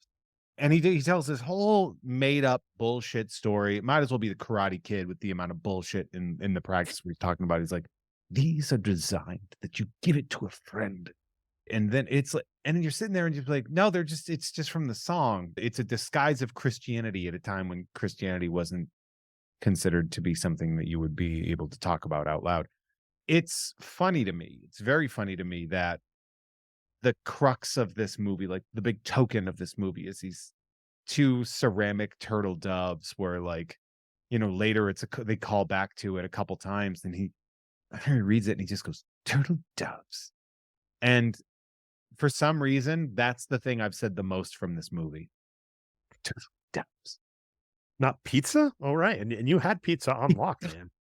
Turtle All doves. right. But by the way, we finally, this is about an hour into the movie. So at least that does follow like the logic you're supposed to do. We're about to get going, Jeff, because Kevin starts going back to the hotel and they're waiting for him. They know that he has got a stolen credit card. So they start chasing him. Also, Harry and Marv have realized it's Kevin because his backpack has embossed on it McAllister. Oh, so it's his dad's. It's production note, by the way, that I wanted to add, and I never brought this up. Fuller's jacket is Kevin's jacket from the first movie. Kieran Culkin, his little cousin, is wearing Kevin's jacket from the previous movie because it would be a hand-me-down. And yeah, and Kieran, I forgot, and his younger brother is in there. Isn't he the one that drinks? Yeah, Like, yeah, he's the pisser. Yeah, yeah. But he's wearing Kevin's jacket from the previous movie. Huh. Yeah. That's really cool. It's a brilliant wardrobe choice. Yeah. Yeah, I mean, production-wise, cast-wise, these movies do great. It's just they decided it wasn't worth paying someone to write a better script, which, to be fair, we saw that kind of stuff fail like Teenage Mutant Ninja Turtles 2. Just do it again. Yeah. So he goes back to the hotel. He's being chased by Harry and Marv because they realize who he is. So they follow him back to the hotel. The hotel says, hey, you thief. He runs away from... No, wait. What he says is, Oh. Because he's running from Harry and Marv because he escaped them. And I yeah, think this is when they reveal that they have a gun, which is like really kind of like real upping the ante of this kid's movie, that they're like, and I have a revolver and I'm going to shoot you. And that's very funny to me. But also he runs and he's like, "Oh, you got to help me." He's like, "Oh, are they running after Oh, your I credit completely went over the card?" fact that they actually capture him. He They- sexually harasses a woman Yeah, he to punch squeezes them a both. woman's ass. Or something. And she actually, earlier in the movie, Harriet inadvertently with his sticky hand tried to grab, like, didn't try and grab her Yeah, purse, but Marv- he grabbed her. Marv is harassing this woman multiple times. And yeah, so yeah, Kevin almost gets captured by them once, runs back to his hotel, says, "Hey, I need help." Tim Curry says, "There must be after you because of your stolen credit card." Takes Find out about ba- your stolen credit card. I can't believe I got you a Peet-ZA. And then this is the worst scene in the movie, Jeff, but kid me liked it. Kevin runs to the hotel room and is like, "We got to book it." And they're coming after him. Yeah. So he did this in the first movie too, so it's a callback. So it has to be done. He uses this movie doing a combination of pause, fast forward, rewind to act like there's a gangster in the next room who's threatening to kill Yeah. the staff. And You're trying to fuck all my friends. smooch is what it says, I right? smooched my brother. And then I think at one point he says, like, you smooch Cliff, and Cliff is like the bellhop who's up there with him. And he's Little like, "It's Mo not with true." the gimpy leg. Yeah, it's a whole thing. It's get on your knees and tell me you love me, which it's in a family movie even. And then, we see, I love you. And then Kevin fakes a mass shooting. And it's worth noting that he had watched this movie the night before. He is watching it now. He is watching it at roughly the same volume in both cases. And yet in the second one, it's much louder. So, Plaza Hotel got to throw out, either you have really good soundproofing or not. Hard to say. Kevin runs out and he mugs for, this scene works. It's a kid's movie. It's fine. He runs away. Tim Curry and the staff are, help. There's a mass shooter on the loose, which how do they all still have jobs later in the movie? But whatever. And Kevin runs out and then comes back to complete the dialogue as it's happening, Merry Christmas or whatever the guy says. Like, you rat bastard, whatever. Yeah, filthy animal and a happy new year. He also comes back after he leaves to like mouth that at them. And it's like, dude, you need to get out of there, hotel. So at this point, Kevin is captured by Marv and Harry. They realize they get, it just occurred to me, Jeff, I was wrong. So he loses his ticket to New York, or in this case would have been to Miami. He would have had the return ticket from Miami to Chicago. Yeah. But they find the ticket and are like, "Miami, you're in the wrong place." They rip up the Miss ticket. your flight, little buddy. They do that. And then, of course, Marv is just giving away the entire plot, which, oh my God, it's a good thing that our little protagonist doesn't have a recording device that he can easily access. Yeah. They're threatening it. And this, I got rob this Duncan's toy chest and then shoot you right in the fucking mouth. Okay, I got this wrong. There are two separate escape scenes with Kevin to Harry and Marv. And this is the one where he sexually harasses a woman. She punches them both, and he runs away. Mm-hmm. Into the park. Yes. Where he is then scared. He tries to get into a cab and he's like, "Oh my God, it's great." There's that one guy that's like, and you're like, this guy's got like a hooker tries to like fuck him. They're like, "You want to give you a bed-stuy?" Like, that is so weird. Whenever they do that in family movies where they have a sex worker sexually harass a child, I'm always like, that's not what would happen at all. Like, yeah, they're not trying extra hard to get arrested. So we actually cut. So now Kevin's lost in the city. The bandits are still going to go forward with their plan, being like, "Well, it's not a great thing that our plan has been completely revealed to someone who is free and has easy access to anything, but we're fine. Let's do it anyway." Yeah. We cut back to Miami. This was the callback I think you were referencing, which is in Home Alone 1, while they are in France, they are watching the French dub of It's a Wonderful Life. Yep. Now, because they're in Miami, which, yeah, fine, they're watching It's a Wonderful Life, but it is in Spanish where they're all stuck inside. It's the only thing that they repeated that I thought, like, this was good. This is a good choice. That's very funny. Because They do get the phone. stuck watching crap, like the same crap, but in a different location. They do get the phone call that Kevin is in New York, and they're like, "Okay, everybody, we're going to New York." And again, there is a tag on the end of this movie that I'm going to spoil now. At the end of the movie is like, "Kevin, you spent $1,000 in room service. How could you?" $937 on room service. that is not an amount of money this family would care about, because they literally get 15 people on a flight from Florida to New York in Christmas time on short notice. If they are able to do that, I'm sorry, $1,000 is not going to get them. And there is absolutely no way that they're actually paying that room service fee. We'll get yeah, that's the actual answer. There's absolutely no way after this all occurred that they would pay. It's unbelievable, especially with how the hotel behaved themselves and everything like that. So yeah, he's not going to have to pay it, but we're burying the lead of like the pigeon lady. You know, like, well, we're gonna get back to okay. Yeah, let's go over the pigeon lady part. Yeah, because like we're at that part now where it is important that, you know, he gets into the cab and the guys, everybody's scary now. Like it's nighttime. They do this great job of like New York in the daytime is this magical place, and New York at night is the scariest place in the world.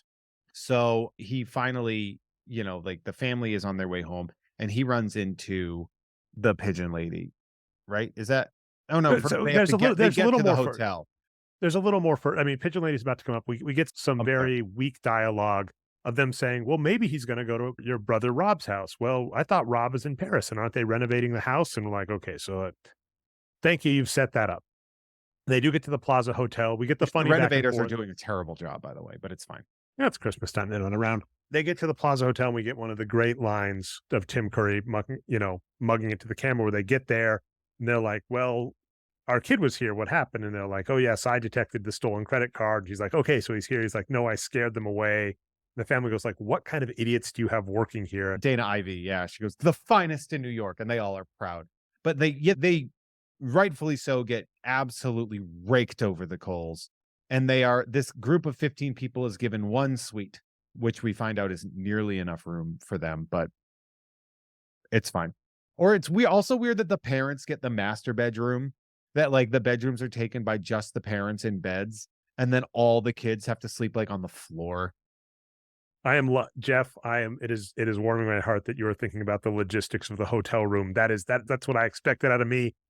Full candor, at this point in the movie, at the beginning of the movie, I'm looking up like weather stats. At this point in the movie, my brain is like, look, dude, I'm done. Like I'm going on break. You finish off this movie. You watch Kevin kill 2 guys 3 times. Oh, I cannot wait to let's speed this up a little bit too, because I want to get to the absolute attempted murder and malice. We have the 2 biggest scenes coming up, and that's the pigeon lady scene, which is mainly Kevin goes to the house, realizes his uncle's not there, but is like, I can use this house as a place. It doesn't make any sense, but his thinking is, I can use this house to trap the criminals, and he has to. Yeah, the colonel is laid in there. But you see him bumping into a bunch of scary people. And he's like, even when he gets in the cab, he's like, it's fucking scary out there. And the cab driver looks around and goes, it ain't looking too much better in here, kid. And he's got like one milky eye and stuff. And you're just like, Jesus. Kevin gets out, runs, and then he sees the pigeon lady. And he freaks out and runs, and then comes immediately back and he goes, I was kind of an asshole just then. And that's my bad. You're probably a perfectly fine person. You're not trying. You've got all these animals here. It means you're probably a good person.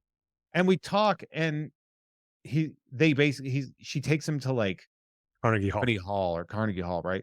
Yep. And they're watching the Christmas concert, and he's talking to her, which first off, they're like right by the rigging. So like they're going to get discovered, but it's fine. That happens in movies about New York all the time, where people just sneak into the rafters and watch shit. But the funniest thing about this is that she explains how she became homeless. And when it came down to it, she went through a breakup once. And she's like, I can never trust again. No, it's like, that's it though. That is the entirety of her thing. It's like, I had a job and a home and a person who loved me. I went through a breakup and now I'm homeless. And in my head watching this, I said, I feel like you're leaving out some very important information.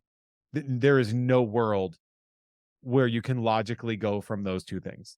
And then she is a legit crazy pigeon lady. Of all the people for Kevin to not trust, the lady that literally has pigeons on her, she looks like a medieval character of some sort. She also clearly had to have gotten into meth or something to lose everything after that breakup. Kevin tries to go. He's like, well, it seems like you should try to trust again. right? We're laying the seeds that would have been in the first movie, would have resulted in her getting back together with someone at the end of the movie, but that does not happen. Marrying the ha guy. Oh, that'd be funny if they're together. But he basically says, "You can trust me." And it's funny because that scene ends. He says, "Well, you can trust me. I got to go do some stuff." He's got to go stop some robbers. And she goes, "Don't go making promises you can't keep." And that was a really weird button to that scene. Yeah, a weird line. It's an alien line that doesn't belong there. He's like, "Oh no, I'm going to punish those robbers." It is very funny. So Kevin activates by seeing a sick kid in the window of the children's hospital. That's what activates him to actually stop the robbing. And he's like, "All right, I'm going to say, you don't never mess with a kid on Christmas," is what he says.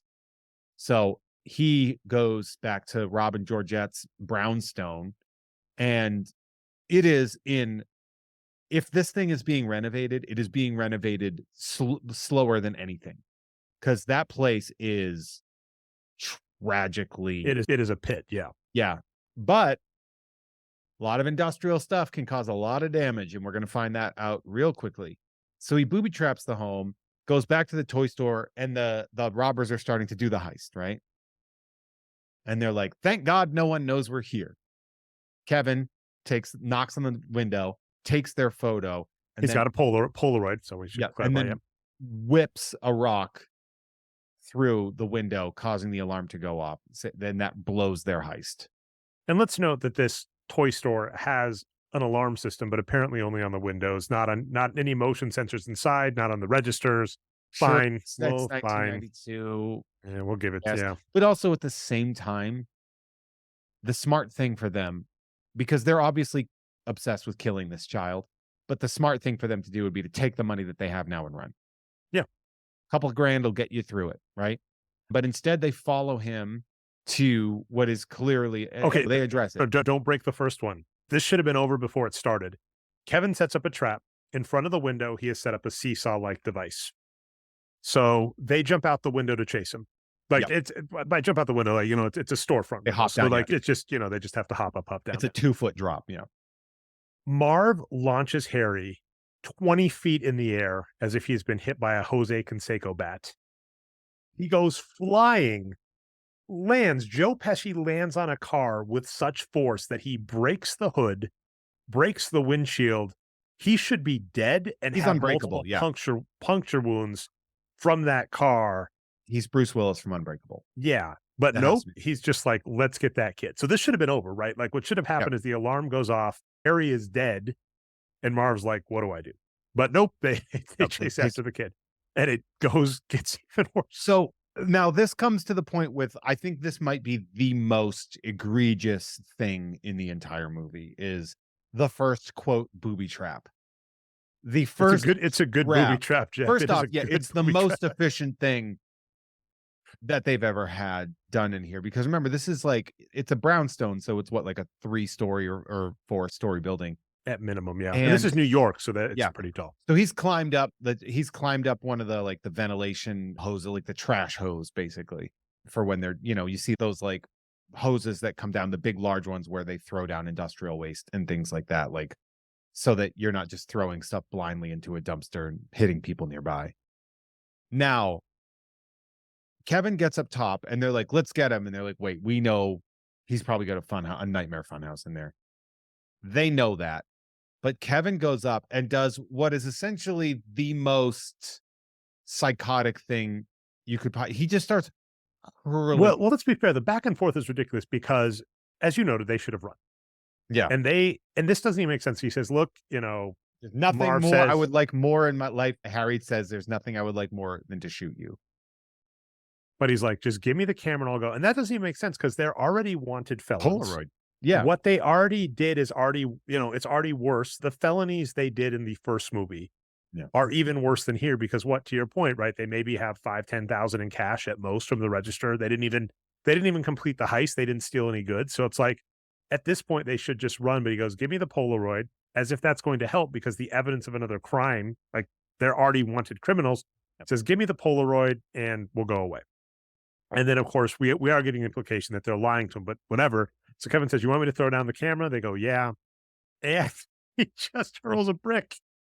And kills Marv. Marv doesn't die, but he kills Marv.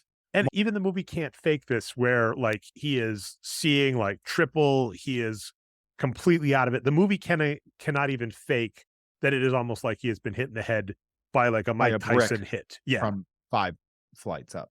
I think there was a popular internet video a few years ago where someone was just like, I made Home Alone more realistic, and it just kills Marv on the first throw. And every time he keeps throwing bricks, it just makes a squishing sound as it keeps hitting like the dead body of Marv. Well, because that's what happens is Harry's like, fine, you want to throw bricks. He keeps throwing bricks. Harry gets out of the way. Marv gets hit in the head 4 times. Yeah. He is dead. That is an effective booby trap. Yeah.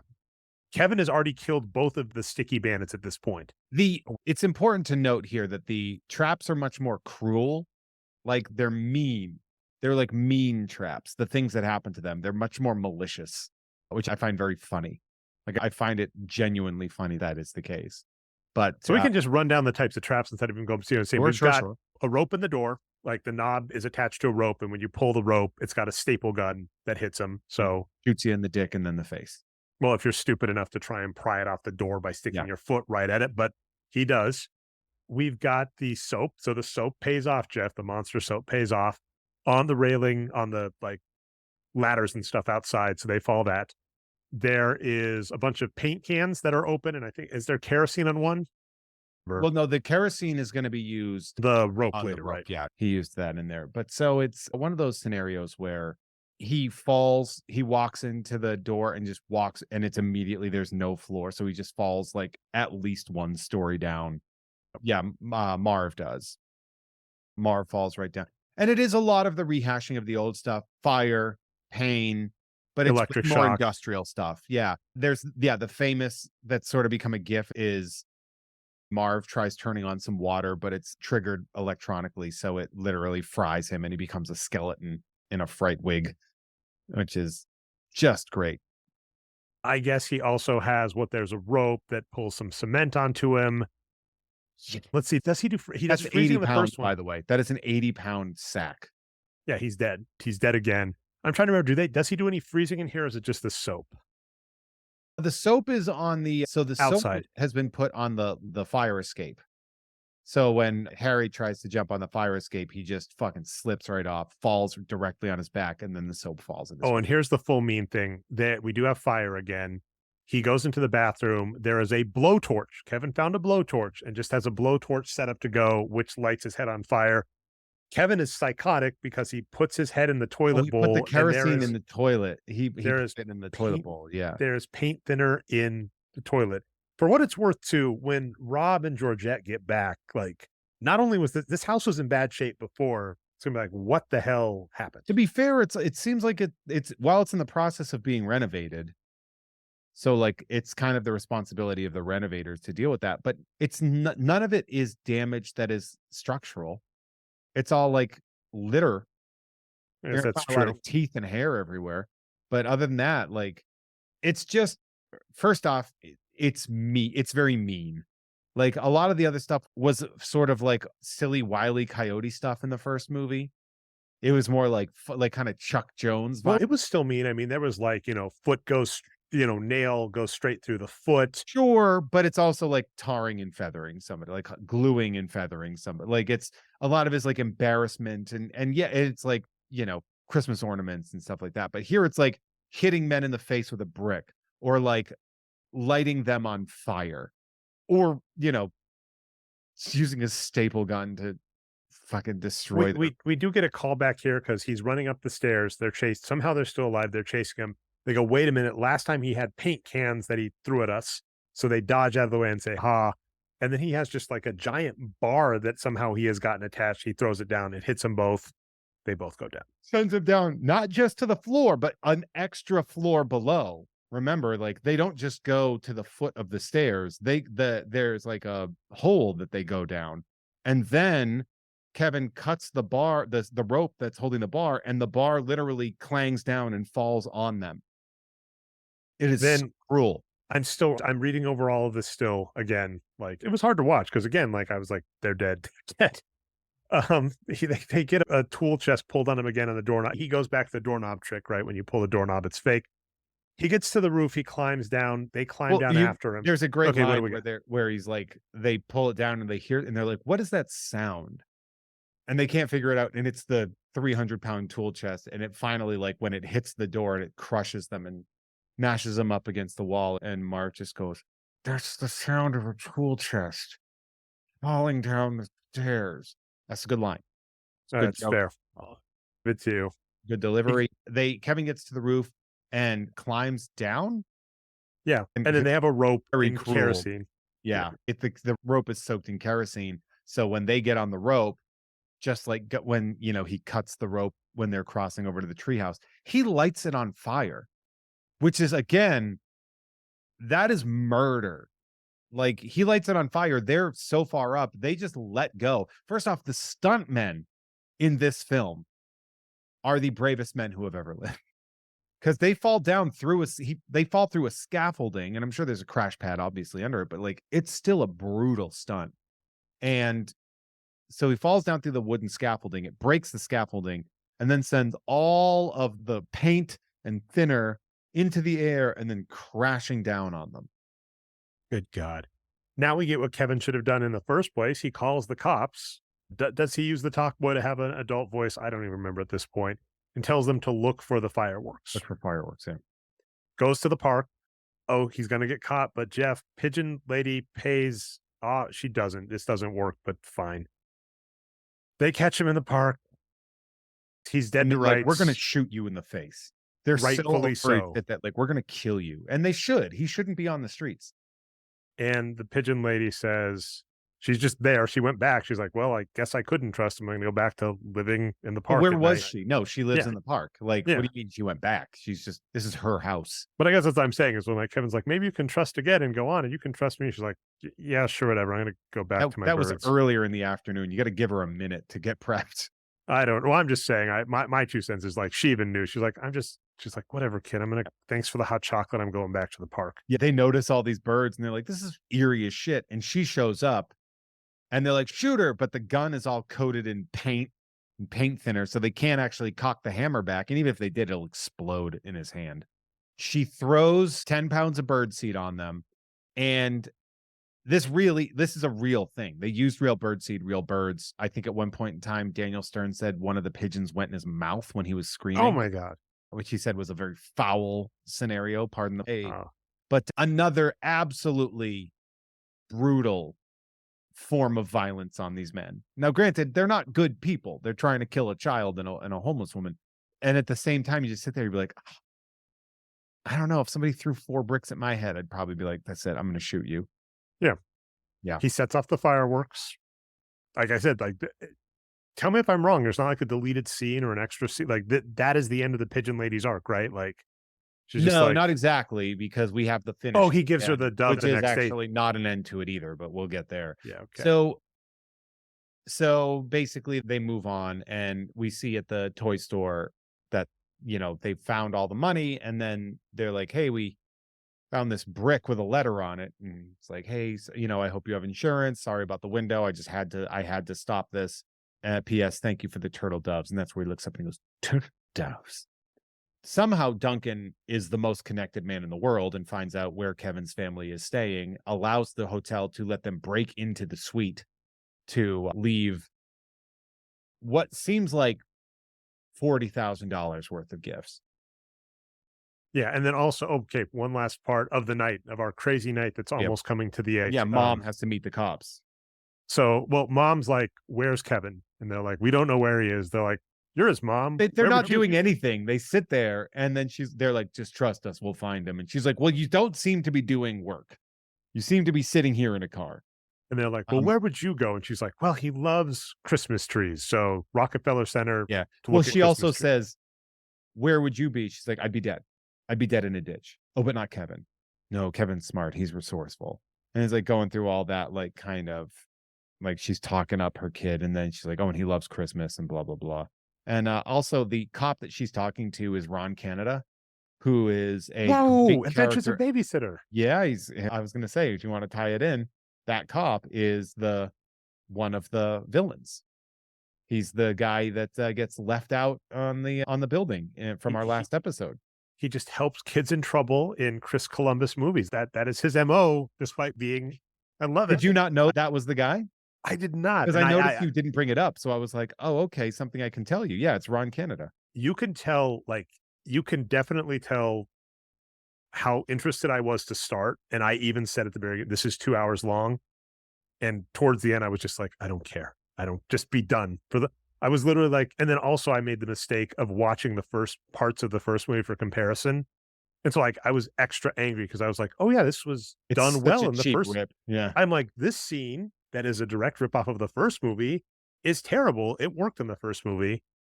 So yeah, and to your point, This movie right, has no soul.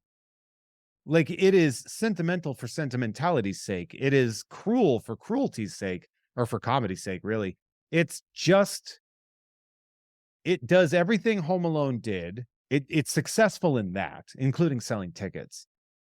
But it does so wrong, if that makes any sense at all. So she's like, he loves Christmas trees. Wait, take me to Rockefeller Plaza, right? Isn't that where she says? She says yeah, because of the trees. And then He's the like, next that day, little freak loves a Christmas tree. but then they get back to the hotel room the next morning. As you noted, Mr. Duncan has ordered them a bunch of, to your point, like, that's the thing. This entire movie, it's about a rich kid in a rich scenario that he's not going to get in trouble for with other rich people that like him. Like, there literally are no stakes to this movie, but they get an amazing suite. Here. Yeah, they get an amazing suite for free. They get a bunch of free toys. So everybody's like, Kevin, we hated you at the beginning of the movie for being upset that you were bullied. But now that you've gotten us a much better hotel, much better vacation, you were right. This is a much better vacation. We like you again. Buzz gets the best finish in there. First off, I would like to add that Fuller is the one that wakes everybody up, and he gets everyone stoked that it's Christmas. They don't know there's presents there, but they all follow Fuller up to the common room. And then we see all the stuff. So it's very funny. Fuller wakes up. He's like, it's Christmas, everybody. Let's go. And everybody's like, yeah, we're going to buy into this, Fuller. And then they get up there and like, there's all this stuff, but it's like, Fuller didn't know that shit was happening. And like, it makes sense that Fuller would be excited because he still believes in Santa, but all the other family following Fuller doesn't make sense. Sorry for the alliteration there. Buzz finishes with, like, Buzz has the best speech, which is like, Kevin's a huge fuck up, but if he wasn't a huge fuck up, we wouldn't be staying in the best place in the best city in the world and blah, blah, blah, blah, blah. So I think it's only fair that he should open the first present and then me and then so on and so forth. Very clever. Cute. That's great. And I mean, it is funny, he could have just gone like, thank Kevin for having us in the Plaza Hotel, an amazing hotel. This is the number that he had to call to get, like, we mentioned that, you and I back and forth. Like, there is so much product placement in this movie. It is so sweaty. And just the cynical cash grab, they're like, leave it in. Kevin now does go back to Central Park to meet the birth. The most infuriating part of this movie. He goes back after all of this shit has happened to him and he has just fallen. He's fallen back. He's fallen up. He's fallen up the stairs here. He has found himself successful by being a complete asshole. And he goes up to her, gives her the turtle dove. This woman is broke. She is possibly starving. She saved his life. And he's like, here's a ceramic dove that we have an MSRP for of $10 because Kevin paid $20 for those 2 turtle doves. And I'll add, there is a pair of those doves on the tree that Duncan puts in the suite. Really? Yes, he puts a pair of turtle doves on the tree. This little bastard could have been like, hey, Dad, can we get this woman like a shower and a meal? Or like, hey, Dad, you work in this thing. This woman needs help. What can we do to help this person? And instead, he just keeps her a secret. He could have just said, this woman saved my life last night. This homeless woman saved my life. And they should be like, this is a story for the newspaper. This would be on A Current Affair or some shit. Like, this would be one of those feel-good stories that they used to play on the news before everything would go viral all the time. And instead, he just gives her a fucking ornament and is like, bye.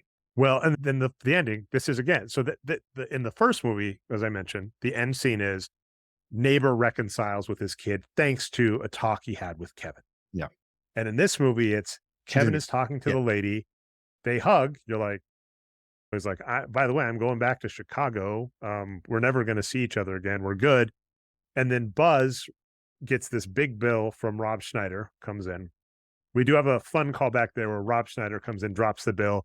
Buzz gives him a piece of the gum chewed, tipping thing. Yeah. well, he gives him a piece of chewed bubble gum, and earlier Kevin had given him a piece of juicy fruit as a tip. So, And then when he offered it, he goes, still have some tip. The second time, this is the third part of the joke. Comedy rule of threes.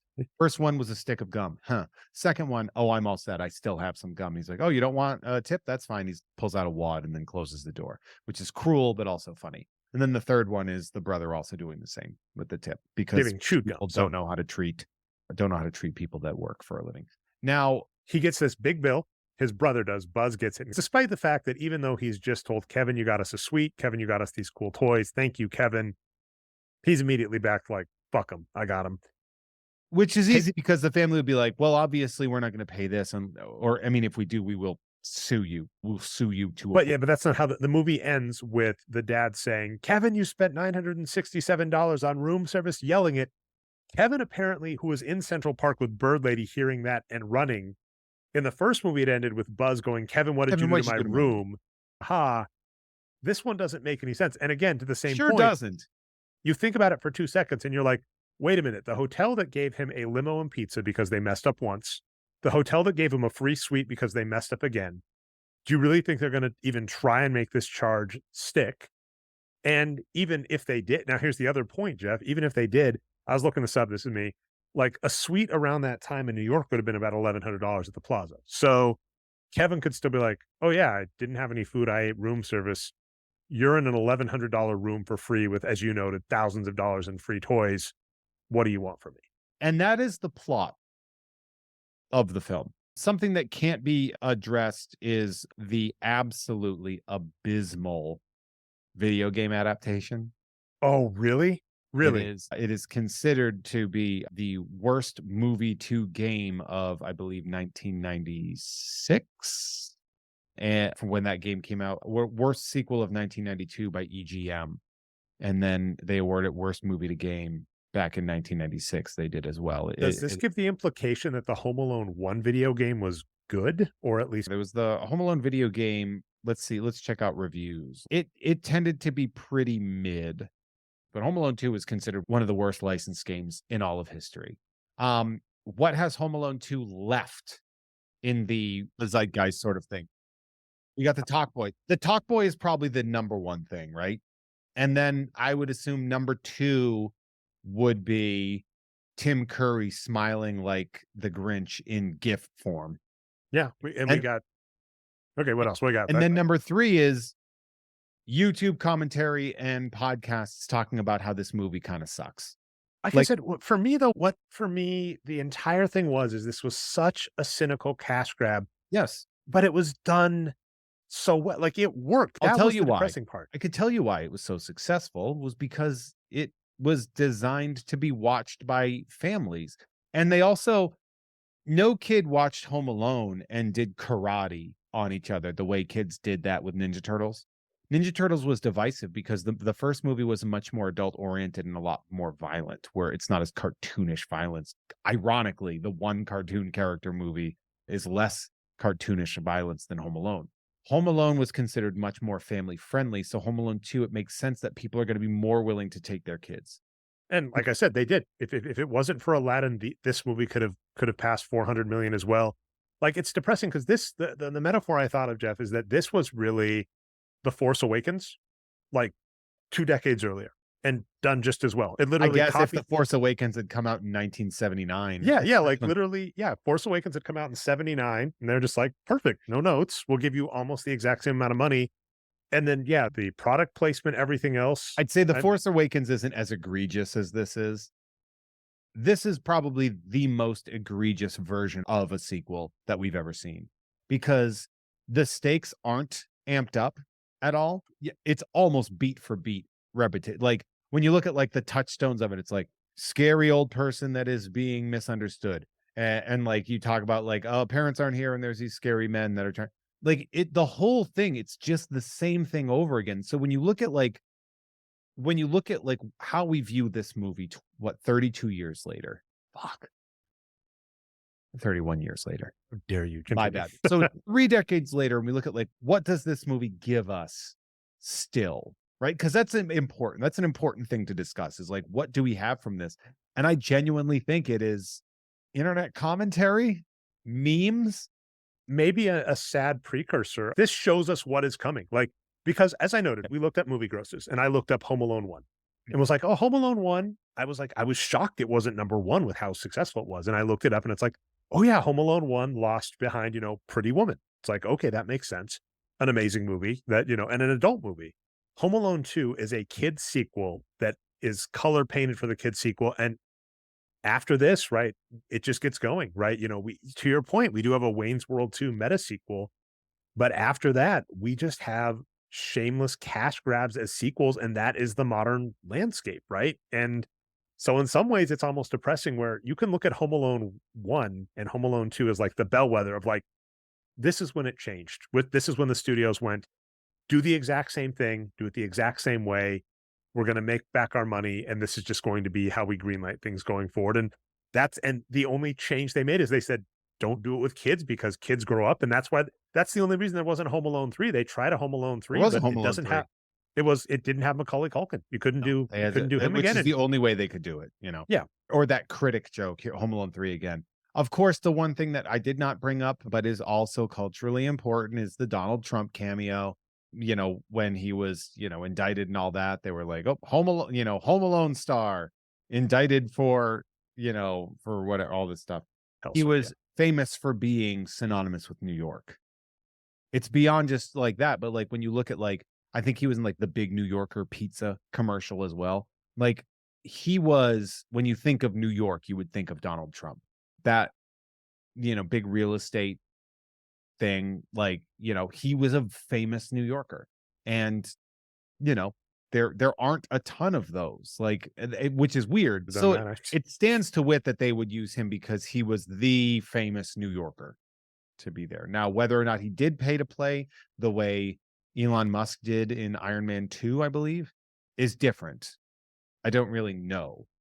I think it's important to remember that this movie is only as good as Home Alone 1, but worse. Like it's a worse version of that. I know for a lot of people, it's a personal touchstone. It's something that means a lot to you because you grew up watching it, which is perfectly fine. But I'm not going to pretend it's good. Well, it's depressing, like I said, where they were able to bottle up your kid nostalgia for a property 2 years later, and it worked here. And we just saw like Teenage Mutant Ninja Turtles 2 failed at it. Home Alone 2 succeeded at it. And that's been the model since, which is depressing. And so exactly what you're saying, people nowadays are like, how dare you insult the product I liked from my childhood? It's like, dude, they would strip mine that product in a heartbeat and sell it to you for $10 if they could, which is what they're doing. Stop defending them. Anyway. Now if the Ninja Turtles had thrown bricks into the Shredder's head for 4 minutes, that's like a 3-minute scene of him just getting killed by bricks. Would have been something different. But yeah, so that's Home Alone 2, folks. We wanted to start the holiday season out right with you guys by talking about a movie that everybody remembers incorrectly as being good. Profitable as hell. Made a lot of money. $20 million budget, $300 million return. That's not so bad.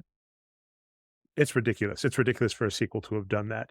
But Jeff, you mentioned a pay to play in Iron Man 2, and you mentioned we love sequels. So Jeff had an idea for a exclusive, Patreon exclusive. So if you're not behind the Patreon wall, patreon.com/Jeff May, Jeff, I will slash. If you just say slash. What did I say? You said /, and I'm like, yeah, that's like saying www. But there are 2 slashes on the keyboard. Yes, Jeff. Patreon.com/Jeff May. Yeah, how do they know which slash to use? Because it's literally every website. Yeah, are you one of those people that doesn't say colon or semicolon? They're different things.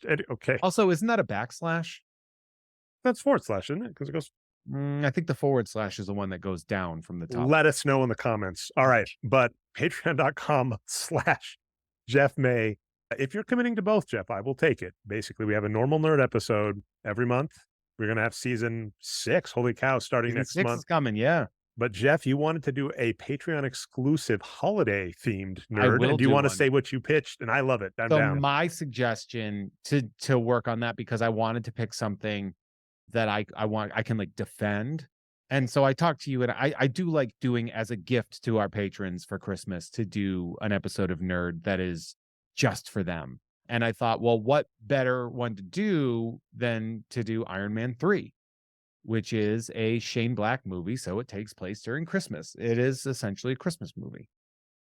Yeah, it's like we're not like those lame nerds that go with, Die Hard as a Christmas movie. We know, yeah, that's old news. Sure. Iron Man 3 is a Christmas movie. I love it. And by the way, this is an upgrade because last year we gave Patreon subscribers a gift, Jeff. And last year the gift was the He-Man and She-Ra. Oh. I've made you watch some bad stuff, Jeff. The Beast Monster. There's a Mermista action figure at Blast from the Past that I almost get. And I'm just like, but no, I'm so sorry, Jeff. Don't do it. Don't do it. Yeah, I know. All right. So we have an upgrade coming for that. Season 6, we have some ideas. We'll announce it. I think I like it, but I want to make sure you're on board and we actually have some decide like episodes and stuff. But I'm excited about season 6. Yeah, we've got some ideas. So Jeff, want to get to plugs? Well, I mean, if you are listening to this, it means that you have access to Jeff Has Cool Friends. If you're listening to this on the free feed, I would love for you to come on over to patreon.com/JeffMay for early access to uncensored episodes with plus bonus content, and as well as access to earlier access to this show. And on top of that, Ugh Fine with Kim Crawl is another one that you can get exclusively for free. Tom and Jeff Watch Batman is on the Gamefully Unemployed Patreon, and all the stuff I do with Adam Todd Brown on You Don't Even Like This Network. On top of that, of course, my social media and YouTube are all at Hey There Jeffro, HeyThereJeffro, in which every Wednesday I do I Must Break You live at 2:00 Pacific, where we open cards and have a good time and hang out. So come on over and do those things. Also, if you're listening to this and you like the show, please feel free to rate, review. We need that. We need it. And I mean, I'll throw this out, your YouTube channel. So that's Wednesdays at 2 p.m. Pacific. Jeff does pack breaking. If you're listening to this, it'll be 2 weeks old. But, Jeff, I am dying to see if you can top last week's, which would be November 8th. That is one of the most amazing break. Go look up the DC Cosmic. The DC Cosmic break. Cards break was incredible. I have a really good break I can't wait for. Patron Walker Morgan is sending me some cards that they are literally in transit right now coming to me that look really awesome, and I'm very excited to do those. We usually find really good stuff to open. I don't skimp on what I open. So that's really fun. And that goes out to the patrons. If you're at the right tier, you get some of the breaks. And I'm going to throw out 2 more things in relation to that, Jeff. And then actually I have plugs this month, which is weird. So anyway, what I'm going to throw, Jeff, is 1, Jeff's home card stop is Burbank Sports Cards. They have a very antiquated system, but you can buy gift cards, order them to the store and put them in names. So like put them under Jeff May and then put care of so that, someone else doesn't swipe it. If you want to help Jeff with the pack breaks, that's one way. Obviously, the Patreon, the easiest thing is to like and subscribe. That really does help. Jeff's YouTube channel is growing, and if we get it just a little bigger, there's a bunch more we can do. So do that first. Of course, you can subscribe at patreon.com//any/ you want, Jeff May. You can also go to Burbank Sports Cards, order Jeff gift cards, put them under his name, make him going under funny names. I love that. That's a suggestion. Don't do that. Don't do funny name shit. Just please don't make it harder for me. When I tried to cash the digital gift card that they gave me, and they were like, no, they were not having it. They were like, that's remarkable. Don't do digital. Burbank Sports Cards is an amazing sports card place. Their store is amazing. Yeah, I really do love it. It would be lovely some point to get them as a sponsor, but their digital gift cards that's not happening. The amount of breakers that are there whenever I go that are like huge is crazy to me. Yeah. And then one other thing that I will definitely throw out, Jeff, is I've done this in past, but I want to see if the audience will do it. There is a Home Alone 2 trading card set, and I bought some trading cards for you to break. If anybody has a way to get Jeff Home Alone 2 trading cards, or if they're at Burbank Sports Cards, I want to see if that happens on its own. They do not have them at Burbank Sports. Okay. So if anybody out there knows a way to get Jeff Home Alone 2 trading cards, I would this is an experiment. I just want to see if it happens. I was debating buying some. They're about 60 to 80 a box. I didn't really feel like buying a box, Jeff. It's not 60 to 80 a box. That seems high. Adventures in Babysitting, I would. I like the movie that much. This one, yeah, I can't care. But I would be interested to see that. Sorry, Jeff, I'll finish my plugs. I'm actually nerd numbers most places. Oddly enough, boxscoregeeks.com. I got the numbers back up there if you are a sports nerd. The advanced stats are up there. And I actually have another podcast, Jeff, that I've done for even longer than this, the Box Score Geek Show, that we are also up and running. now that the NBA season is in full swing. And Jeff, I pulled something wild. So as of this release, we released an episode with Scott Williams, 3-time NBA champion, Chicago Bull. Pretty cool. Scott Williams. That happened. I don't know how. So if you're listening to this and you're a sports fan, the Box Score Geek Show, go check that out. The episodes should both be up. We took you long to talk Home Alone 2. I don't regret it, but hope We you took enjoyed it. longer than the goddamn movie. We did do that. That did indeed But happen. it's a Jeff. monthly show, so if we want to stretch out a monthly show, that's fine. But hey, thank you all so much, and we will see you in December for the next episode of Nerd. And if you're on patreon.com/JeffMay, 2 episodes of Nerd coming your way. So that's very exciting. Jeff committing to that is wild with his schedule, but I appreciate it, and I'll take it if we can fit in the scheduling, Jeff. I'll figure it out. I can, what? I have to watch Iron Man 3. That's not the worst thing. That's not the biggest punishment I've had work-wise. So we're good. It's no Ewoks to the battle for him. No, that would be a lot. Trey, say goodbye. All right. Bye, everybody. See you next month. Bye, everybody. We'll see you next month. Tune in for the next episode of Nerd. Thanks for listening to Nerd. If you want to help keep the podcast growing, it's definitely worth your while to head over to patreon.com/JeffMay. And also, you'll get bonuses and early access to cool stuff. Cool stuff like videos of Jeff showing off awesome collectibles and doing pack-breaking videos. It'd be worth your while to check out Jeff May's YouTube channel. That's youtube.com/@HeyThereJeffro. That's spelled JEFFRO. And shocker, that is also his Twitter and Instagram account as well. So follow Jeff everywhere. You can find me most places on the internet as @NerdNumbers. Also, shout out to Chris Haugen for the outro theme of Pure Magic. Thanks so much, and we'll be back with another nerdy subject soon.